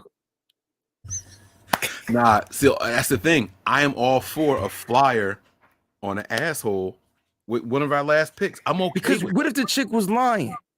Nah. I'm not going victim. I'm just saying, I'm just saying, like, it's college. If she was lying, I don't know if he would have been suspended, bro. I don't think in college in particular, where they like to sweep stuff under the rug, right? For their star players. If she was lying, I think they would have let that play out while he still played. They suspended him for a reason. It's hard for a star player to get suspended in college. Well, he got suspended in 2020 and he came back in 2021 and his nose clean. He was so mad he finished the season with 12.5 sacks. Right. That's something. That is saying something. So that's why y'all should just be single. Guys, you gonna play football? Don't just go get some KY jelly or some. All right. So let me tell y'all about Logan Hall real quick. All right.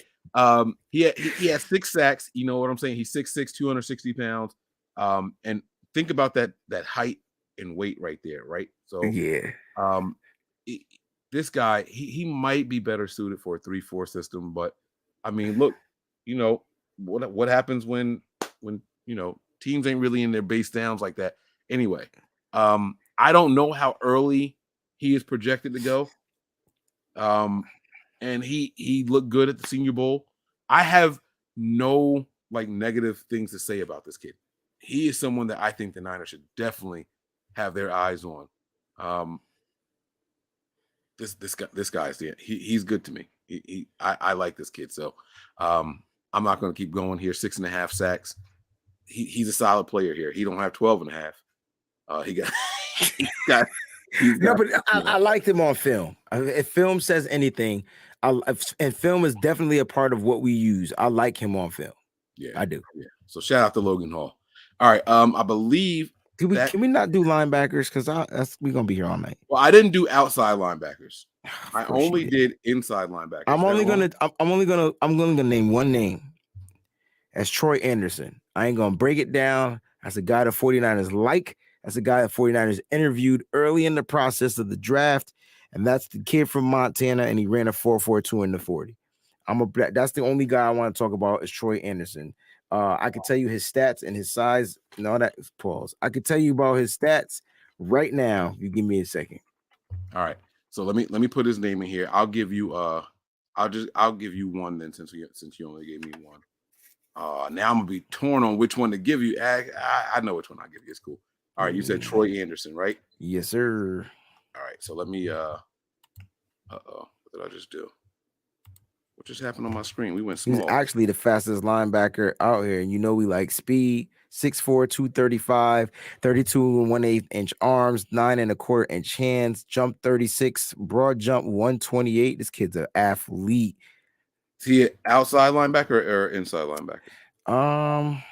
Or I'll just put linebacker. It's cool. Yeah. Don't worry about it. I'll just put linebacker. Guess who they comped him to on NFL? Don't say Adam Smith. Mark Nazaucha. And you know what he did? He wasn't a good linebacker, but he had a pretty good IQ. They said this kid has a really good IQ, though.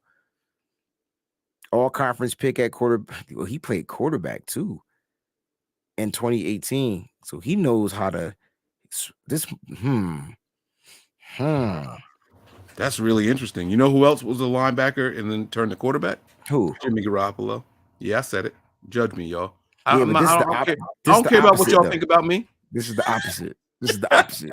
Yeah. This is opposite. They can't stop talking about Reuben Foster, man. Damn, he was supposed to be so good, yo. I can't believe he was supposed to be good. Who you got for your linebacker? God dang it. All right. Well, since we only doing one, I'm going to give y'all the guy that I think will be available to the Niners pretty high. We talked about Penn State players earlier. It's going to be Brandon Smith. I don't think he'll be available. You think he's going to be gone before us? Yeah. All right. So then what about?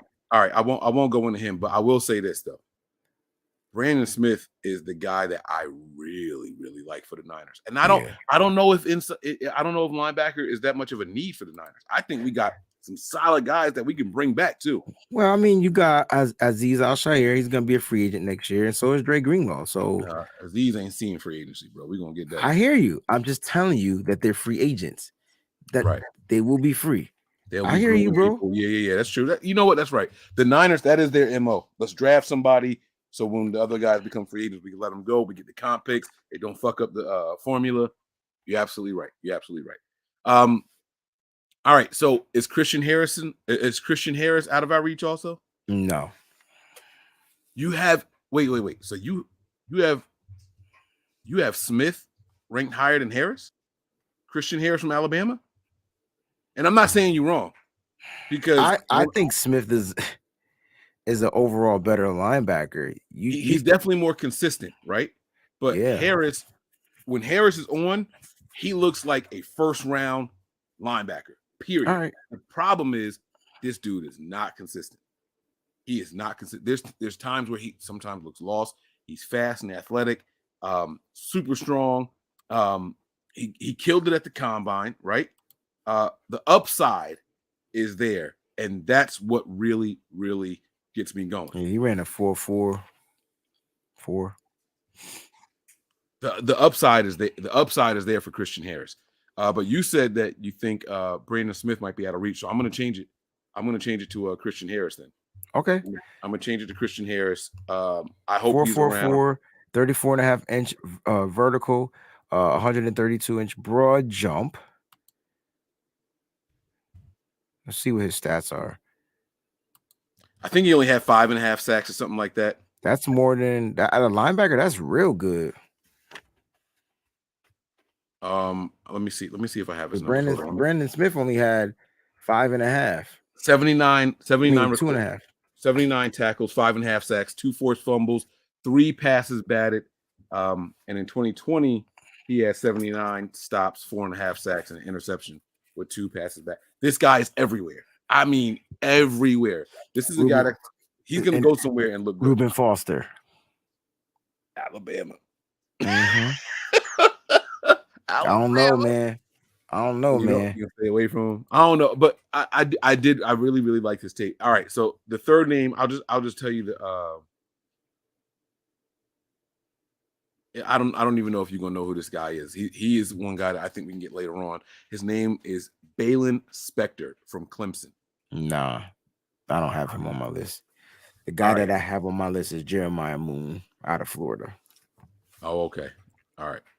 If we're gonna go late, you know. What I didn't like about Spector, all right, and again from Clemson, they kept putting this dude in coverage, and I just felt like that wasn't his forte.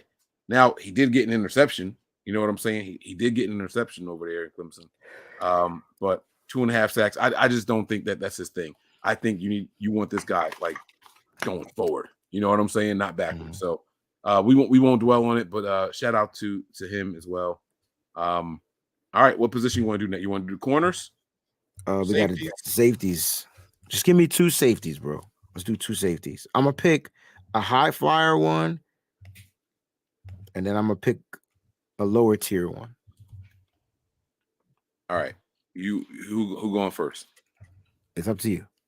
All right, let me pull up my safeties here. All right, high flying. My top safety for the Niners to look at is Brian Cook from Cincinnati.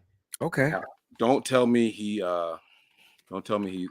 going high. I have him as a he's going low. Okay.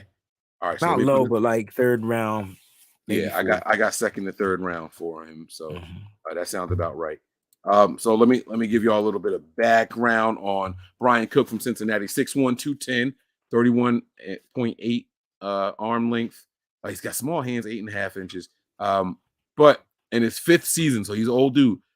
In his 5th season, he started to wake up a little bit. You know what I mean? Solid run defender with the ability to tackle.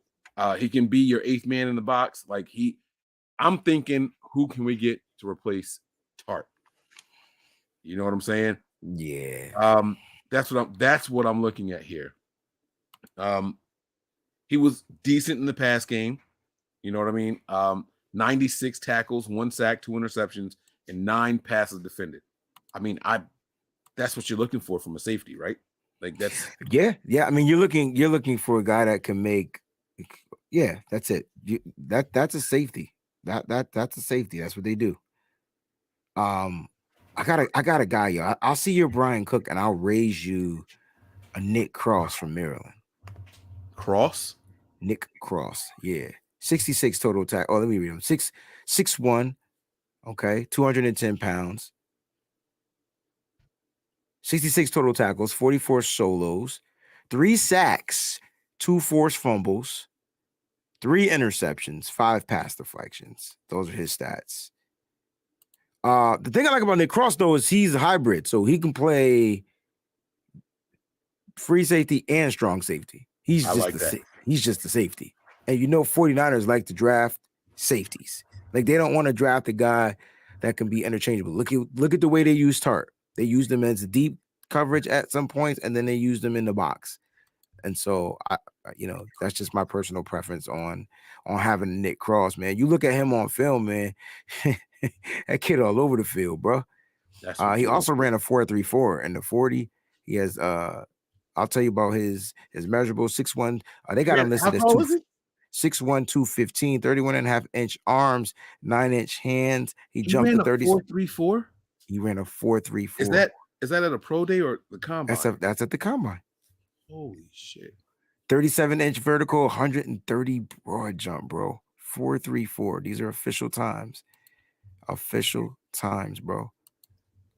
Nick Cross would be my guy. And if I had to pick a lower tier guy, I'm gonna go with my man out of Texas A&M, Leon O'Neal Jr. Okay, I think I can spell Leon. Leon O'Neal Jr., man. Listen, kid definitely got his head on his shoulders. Is it O'Neal, E-I-L-L or N-E-A-L? N-E-A-L. All right, I did it right. Let's go. Out of Texas Aggies, man. 6'1", 210. Same size, right? 58 total tackles, 38 solos, a sack, a fumble recovery, 2 interceptions, and 5 pass deflections, man. You could probably get him See, he has a fifth round grade, 5th or 6th round grade. But if the safeties, if people start to make a run on the safeties, bro, you better snag this kid before he's gone, because he might not make it there.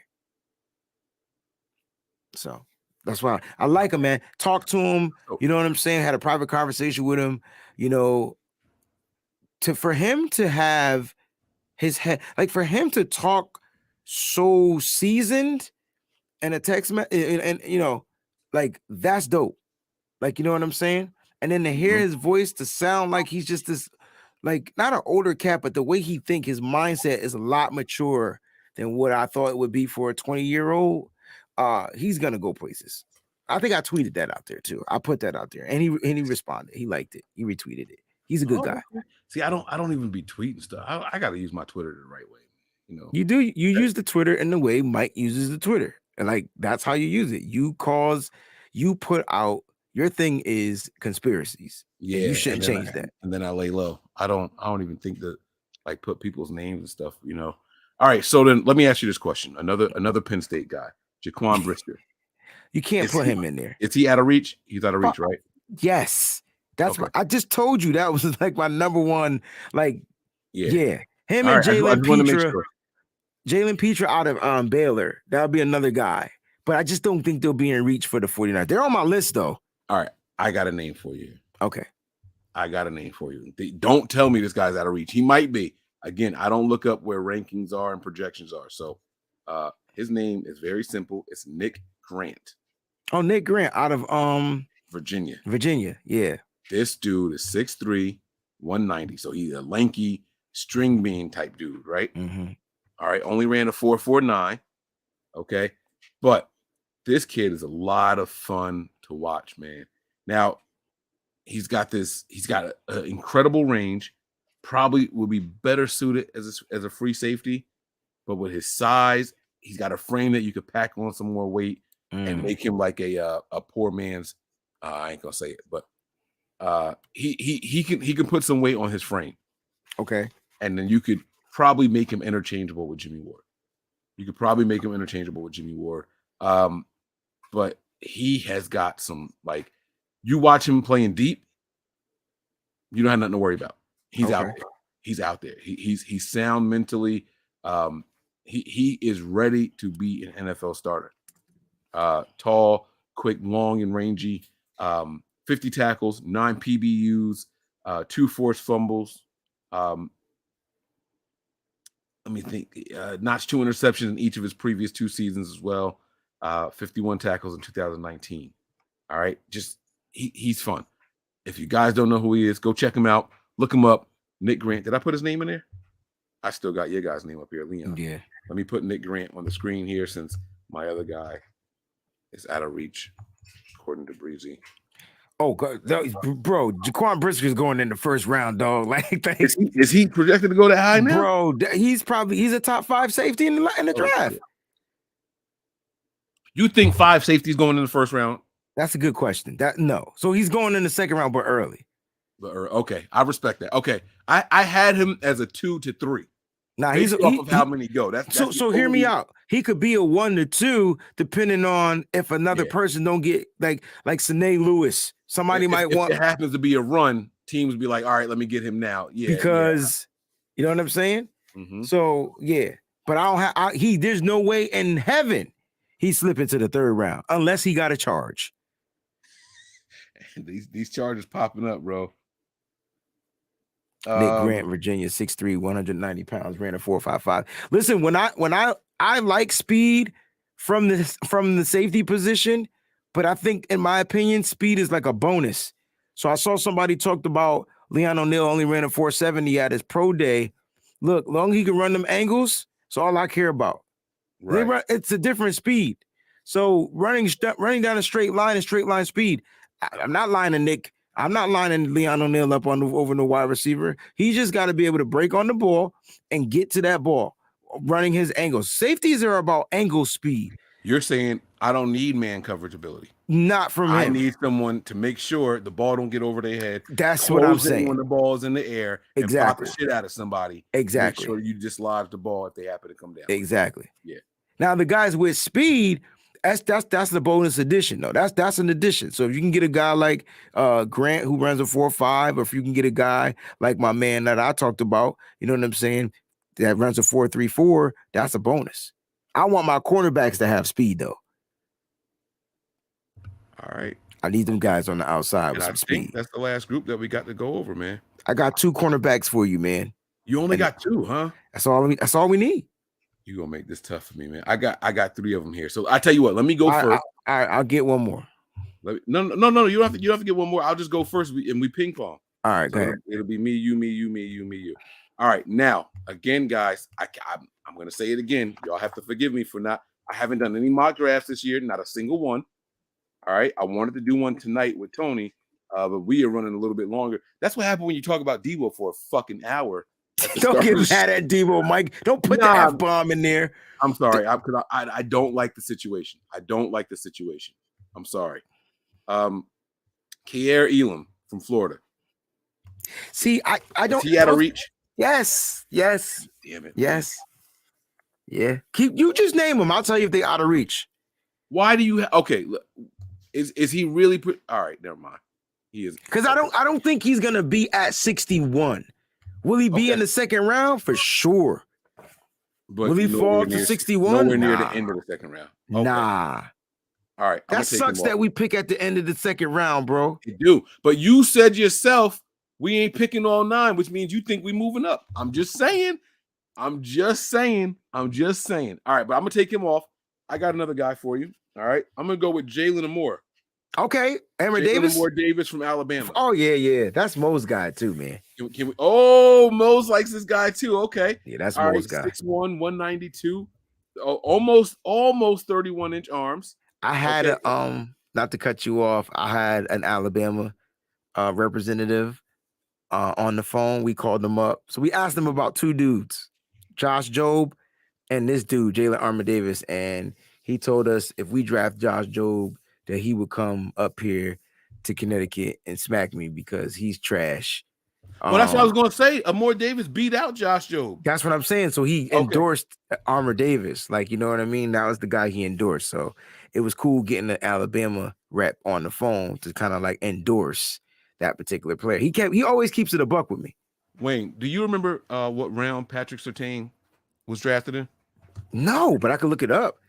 Please. He wasn't drafted in the first round? That's what I was going to ask you.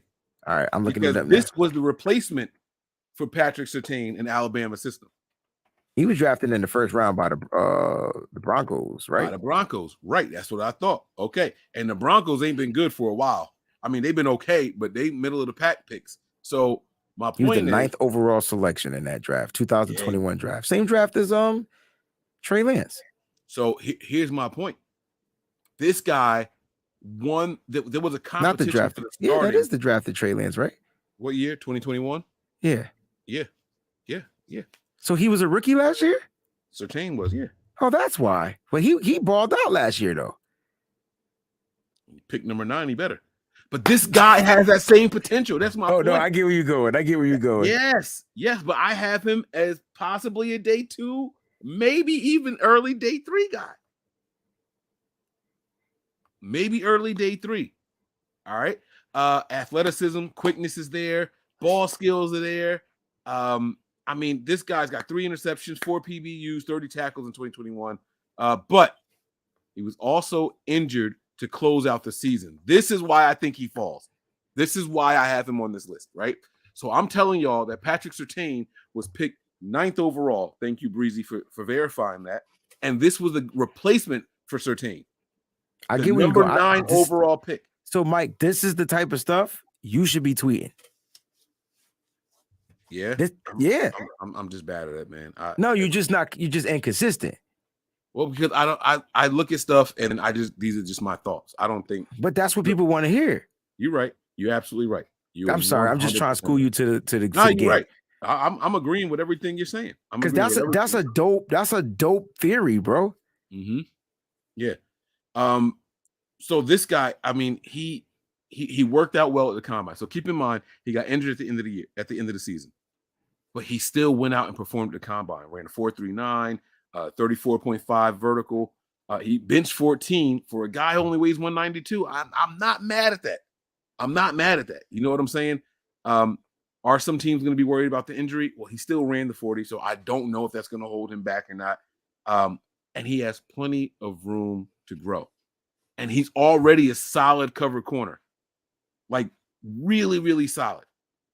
I think this guy, if we were to get him, I think 49er fans would look at him and view him the way that I view Ahkello Witherspoon. I'm gonna shut up. I'm gonna shut up. You're telling me he's in reach. Where do you see him going? Like now, like when you say in reach, are you saying in reach of 61? Or you think maybe even by our second pick? I don't think you pick him at 61 though. I think you get him in the 4th or 5th round though. I don't think he's that high up to draft. So you can get him around. He could be that 172nd pick and then be that pick. He may be an Adam Peters pick. Okay. And be the best pick in the draft. Yeah. That's dope. All right. Who you got, man? Who you got? This is somebody that I got excited about, just so y'all know. That was dope. I got really excited about. I mean, they know my guys. They know you got to get Marcus Johnson on this team some way, somehow, because you want the most versatile player in the draft to be on this team. Now, he's short. This ain't a fancy Marcus. Like, it's just regular Marcus. Marcus Jones. I'm sorry. Yeah. Marcus. Okay. I just want to make sure. We got Marcus Johnson. But you got to get this kid out of Houston because he can do a lot of things. Now, I expect him to fall between like that 90. He'll be at 93, possibly, unless teams be like, what's it? Because he has health issues, right? So, like, he's recovering from the shoulder surgeries, all right? And so, but I would take this kid. You stash him, he is going to be your nickelback for the next several years, okay? And you're getting him young, and you're going to get him fresh and healed, and this is a guy you want. Also, he has returnability. 9 career kickoff returns, bro, in college. 9. Wow. 9. It's funny. I have a corner that I think can come in here and do some things in the return game. Okay. I like the way you're going with this, man. Okay. Who you got? No. You finish yours. Oh, let me put your guy's name up. Oh, that's it. No, he's up, man. There's nothing else I need to say about Marcus Johnson, man. Plays big. Marcus Jones. We got Marcus Johnson. Marcus Jones, right? And the reason why, this is what I love about him the most. It's not about the fact that he plays bigger and he can get interceptions. It's not the fact that he can kick off returns and get for touchdowns. It's the fact that guess where you always find him? Around the line. Around the line. Okay. Or even around the ball. If it's a run play, he diagnoses it, gets off his block, and he's there. I watched this kid play on the left side, get blocked downfield, get off the block, and tackle the running back. The running back got mad yards, but it wasn't his guy anyway. He realized he needed to make a play, shed the block from the wide receiver, got the wide receiver off of him, ran laterally 50 yards across the field, plus down the field to stop the 4 touchdown. And they didn't score. And now I think that was in the same game he got the kickoff return in. This kid's a baller. I like it. You just reminded me of this, the ability to disengage. Yes. There's 2 guys that we talked about earlier as defensive. As outside linebackers, or maybe defensive ends in this system. Right? Okay. Depending on how the team wants to use them and all that. But there were some guys in there that I forgot to talk about how special they were at disengaging from tackles. But it's too late. I'm not going to go back and revisit it. But that was something that I forgot to highlight, man. I really, really did. But I'm glad you mentioned that. That is a talent that helps in the NFL. Some guys just get locked up. They don't know how to get off. You know what I'm saying? They think it's a pass play. They go to press, and then the receiver holds on. Some guys don't know how to get off, especially at the corner position. So the ability to disengage and pursue in the run game is because if they touch you, if you disengage and you turn towards the ball and they touch you, it's a holding. Holding. It's an illegal contact by the offense. You know what I'm saying? So that is something that will pay dividends at the pro level. That is something that really will pay dividends. By the way, I think Kobe Bryant is the most overrated player at this position already. I'm not saying that. I'm saying overrated with the hype around his name. And I think that the hype is only because of his name. I just want to say that. So I don't know how highly ranked he, and it's Kobe with a C, by the way.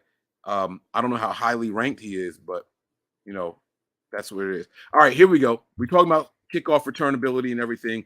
Darion Kendrick. Have you ever heard this name before? Yes, I have. Georgia. Out of Georgia. I think he has I can't remember if this is the kid with trouble off the field. Come on, man. You know all my guys have trouble off the field if they're my last guy on my list. He is my last guy off my list, but I want to put some things out here. This guy was at Clemson. Things didn't work out for him at Clemson. There was some trouble going on over there. So then he goes to transfer. He heads over to Georgia. Now, I want to put this note in here. He played wide receiver at Clemson also.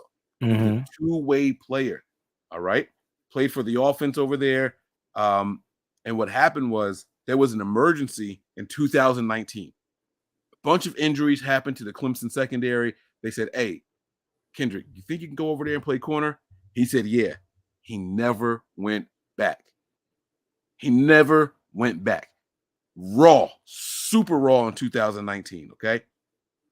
This kid went out there and locked down the starting position after injuries were done and over with, okay? So A.J. Terrell was on one side, Kendrick was on the other side. I just want to put that out there. That's what happened while he was at Clemson, all right? So then you start to say, well, what else can this guy do? What else can he bring? Coverage skills are incredible, okay? Now, people will say, well, he had a really, really bad game against Ohio State. It was Chris Olave. Like, come on, bro. Like, there's just some guys that are those guys. And we know how fast Chris ended up running. And I'm an Ohio State fan. So, you know what I'm saying? Like, I'm hoping that. I like those boys, though. Yeah. I ain't going front. But 18 tackles, 6 passes broken up, and an interception. That was 2020. You know what I'm saying? Now, here's why I think the Niners are going to be well within their reach. Not a second-round guy, maybe not even a third-round guy. We might be able to get this guy in the 4th round. All right? He had a really good performance against Alabama in the national championship game. 41 tackles, 3 PBUs, 4 interceptions in 2021. All right? And at the Senior Bowl, he was okay. There are some off-field issues with him that are bothering teams, okay? There are some off-field issues that are bothering teams, but it's not rape, all right? It's not sexual assault or anything like that. So I think this guy will be someone that the Niners, we might have on our board for later on in the draft. And I really, really hope so because the talent is all there. Now, he's only 5'11". This is the shortest corner that I have on my list. I got a 6'2" guy, I got a 6'1" guy. My guy's shorter than yours, bro, but he's playing in the nickel, so. Right. Marcus Jones is shorter than yours, shorter than your guy. I forgot all about the nickel position, man. That's the only thing I think we need to focus on. I feel like we got inside guys. We got outside guys. Now you were absolutely right. But there is another guy, the fastest guy in the draft. Period. You like speed. All right, you got a little bit of Al Davis in you. Yeah, because you can't teach that junk. But he's not bad at corner. You know what I'm saying? And they brought him in for a visit. So so this kid, Kalon Barnes, out of Baylor, somebody getting drafted from Baylor. I can tell you that right now. Kaylan. Kalon. Oh, is it Barnes with an NES? Barnes, yep. Okay. Boom. There he is. Let's give him 4.23 speed, y'all. 4.23. He ain't getting beat deep. That's not real.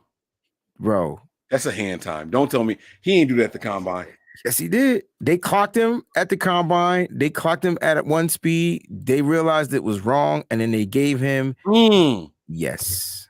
They had him in a 4.3 something at first, right? Yes. Like 4.32, something crazy. Yes. And then they flipped that shit at the okay.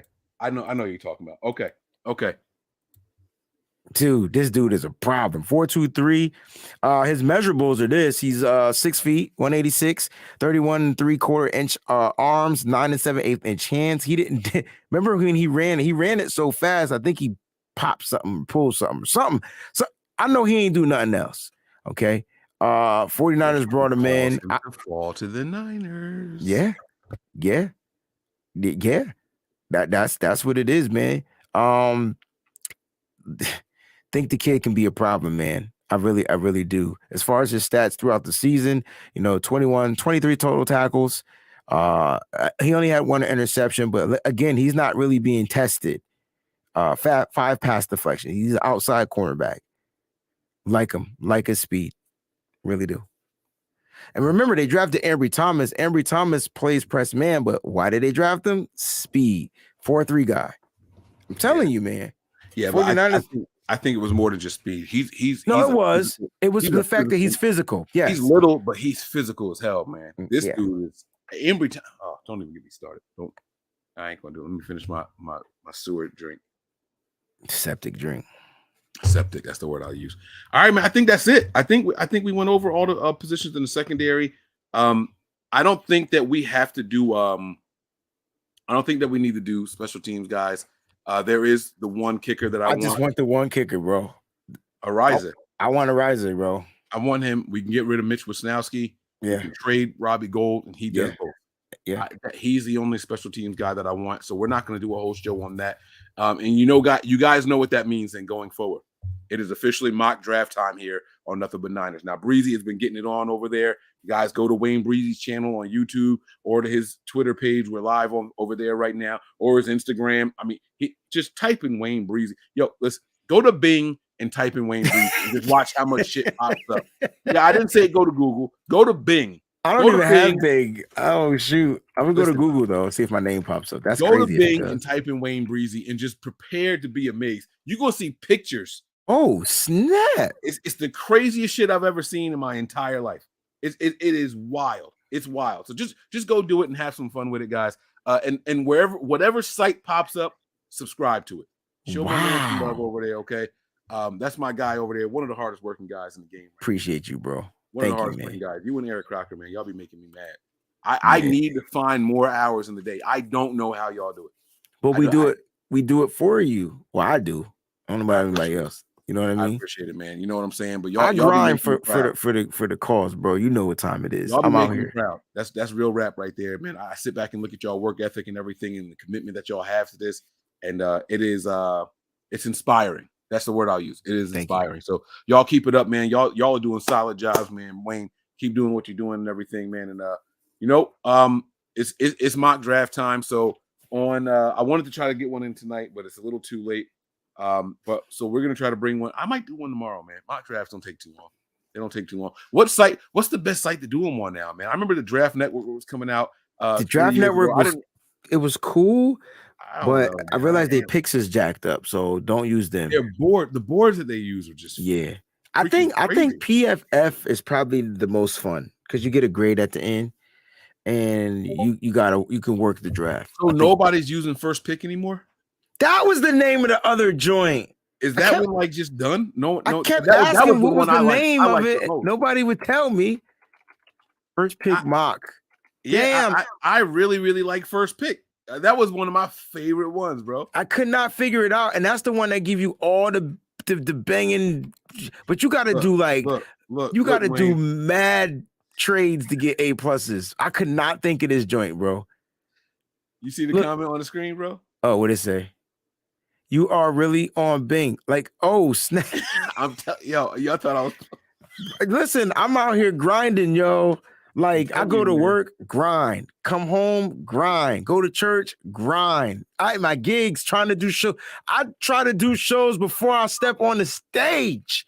Yeah, man. Yeah. But yeah, man, I'm gonna try. So if we have somebody on there doing a mock draft and they want to use a certain site, I'm all for it. We'll screen share it and everything. And we're going to open up the mock draft to the faithful. I was looking for this, Mike. Thank you, bro. But First Pick has been my choice for years. Thank you, bro. for Thank years. you. I like the way they set up their draft boards and everything. It's boring though. It's corny. It's like it's not aesthetically pleasing. Nah, it's mad Java looking. If y'all know what I'm talking about. Yeah. It looks like it's still in beta testing. Like you know what I'm saying? Like it looks like it's still there. Now I'm on it right now. I haven't done any this year, so I have not been to this website in well over a year. I have not been to this website in over a year. So y'all have to forgive me if it looks as bad. Mike, they offer you the crazy trades, bro. Let me see. Hit a screen share real quick. Yo, hold on 1 second. Hold on. I just gotta see what it's hitting for real quick. Man. Yo, wait till y'all see this joint, yo. I mean the crazy trades. Y'all ready? Yo. All right, here we go. All right, so let's get this border off. Hold on. Let me do what I'm supposed to do on my end over here. Let's see if this one works. All right. Yeah, it do look beta. All right. I love this show, man. Look at all the trades you get as soon as you want. Come on. I could not think of the name of this joint, bro. All right. So the first one is the Giants second round pick. We don't even have a second round. No, they get our second round pick, and we get 2/3 and a fifth. See, I like that because I feel like they value the picks right up here. Right. Yes. That's why this has been my favorite site. It don't take a bunch of crazy ass stuff going, and it's how well. Would you do that though, Mike? Would you trade back from 61 to pick at 72, which is 11 spots back? All right. And get an extra third at 30? I can't answer this without knowing what happened before. And they show the last 5 picks up in the top right corner there. I see that, but that's not telling me enough of what. So the Niners are in position for PBA, right? So yeah, I don't know that I'm willing to trade. All right, so let's see who's on the board. You can get a Caleb Evans, the cornerback out of Missouri. Well, go to wide receiver. Okay, that's what Mike wants to do. Mike wants to go to wide receiver. How do we get to wide receivers? You have to. Well, we're not on the clock though, right? Change positions all the way at the bottom. Go down to the bottom. Change positions at the bottom left. All right, there we go. Oh, Alec Pierce is there. Calvin Austin. Christian Watson is available. David Bell. George Pickens from Georgia. Jahan Dotson. Jalen Tolbert from South Alabama. Khalil. Trade? We're not on the clock, are we? I think we are on the clock. Yeah. At pick 20. No, we can't be on the clock because the Giants. Yes, we are. Yes, we are. We're on the clock. Oh, we're on the clock. And if we trade back. No, we didn't trade back anything. No, if we trade back, we'll get the extra thirds. So we're on the clock right now. Right. So we can we'll have 4 third-round picks. All right. So go back to the trades again. Go to how do you view the trades? I don't know. Go back down. Oh, there they go. Right here. Okay. So you can go to 72, 77. All right, 69 with the Jets. That one. I don't like that one, bro. Look at the one with Cincinnati. You get the pick. 65. Wait, 65 with Atlanta, though. Yeah, and if you trade with Cincinnati, we give up our 3rd round pick. We get their 3rd round pick. We get their 4th round pick and their 5th round pick and a 2nd round pick. Well, yeah, but we're going all the way to 77. So we off the clock for him. Like, you not getting Christian Watson. No. If we trade with Cincinnati, we pick 2 picks after this pick. What are you talking about? What do you see? Hold on. I got to try to make that bigger. Hold on. I think I'm missing it.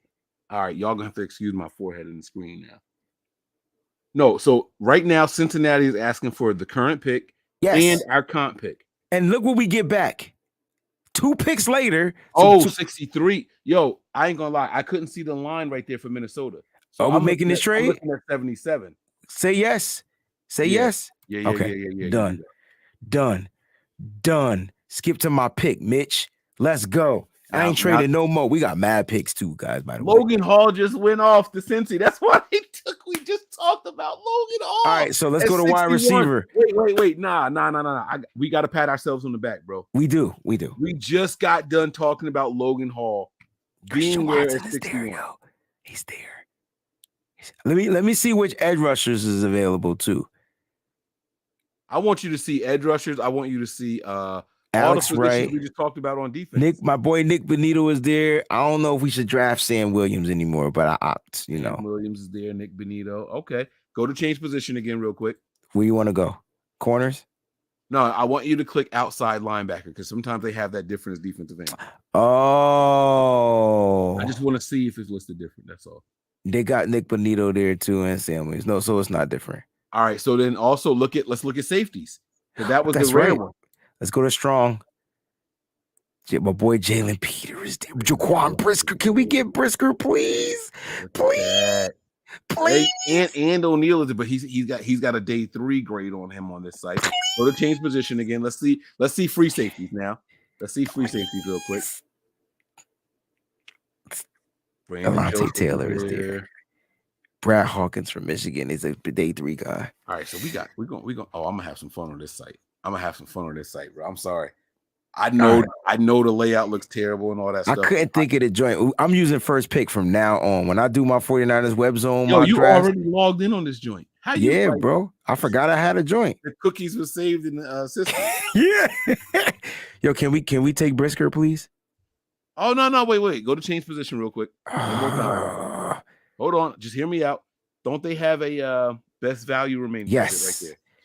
So a Caleb Evans, the cornerback out of Missouri, Channing Tindall, Christian Harris up there, Christian Watson. I ain't got nothing to say, man. You would have to do what you. Nah, we're not doing this. We're not running this right now, bro. I selected Christian Watson, bro. You taking Watson? Yeah, I took Watson. All right, I'm ready to go, man. I'm ready to do some mock drafts now, man. So we about to pick again. You want to trade? Man, they was mad at you for that, man. We can get Watson. Look. Look, we could trade with Detroit, and then we'll get an extra 3rd, 5th, and 6th if we go back 2 picks, and then we could bundle up some of all those picks to try to move back up. Yes, what you think? Yes, sir. No, we not. Stop. Oh, no, okay, my bad. It's the cliffhanger. I'm taking it down. We're gonna leave them hanging. Right, my bad. Leave them wanting more. This is what you guys are gonna get from us over here. Nothing but Niners, man. When NBN and NGN meet together, this is what y'all get, man.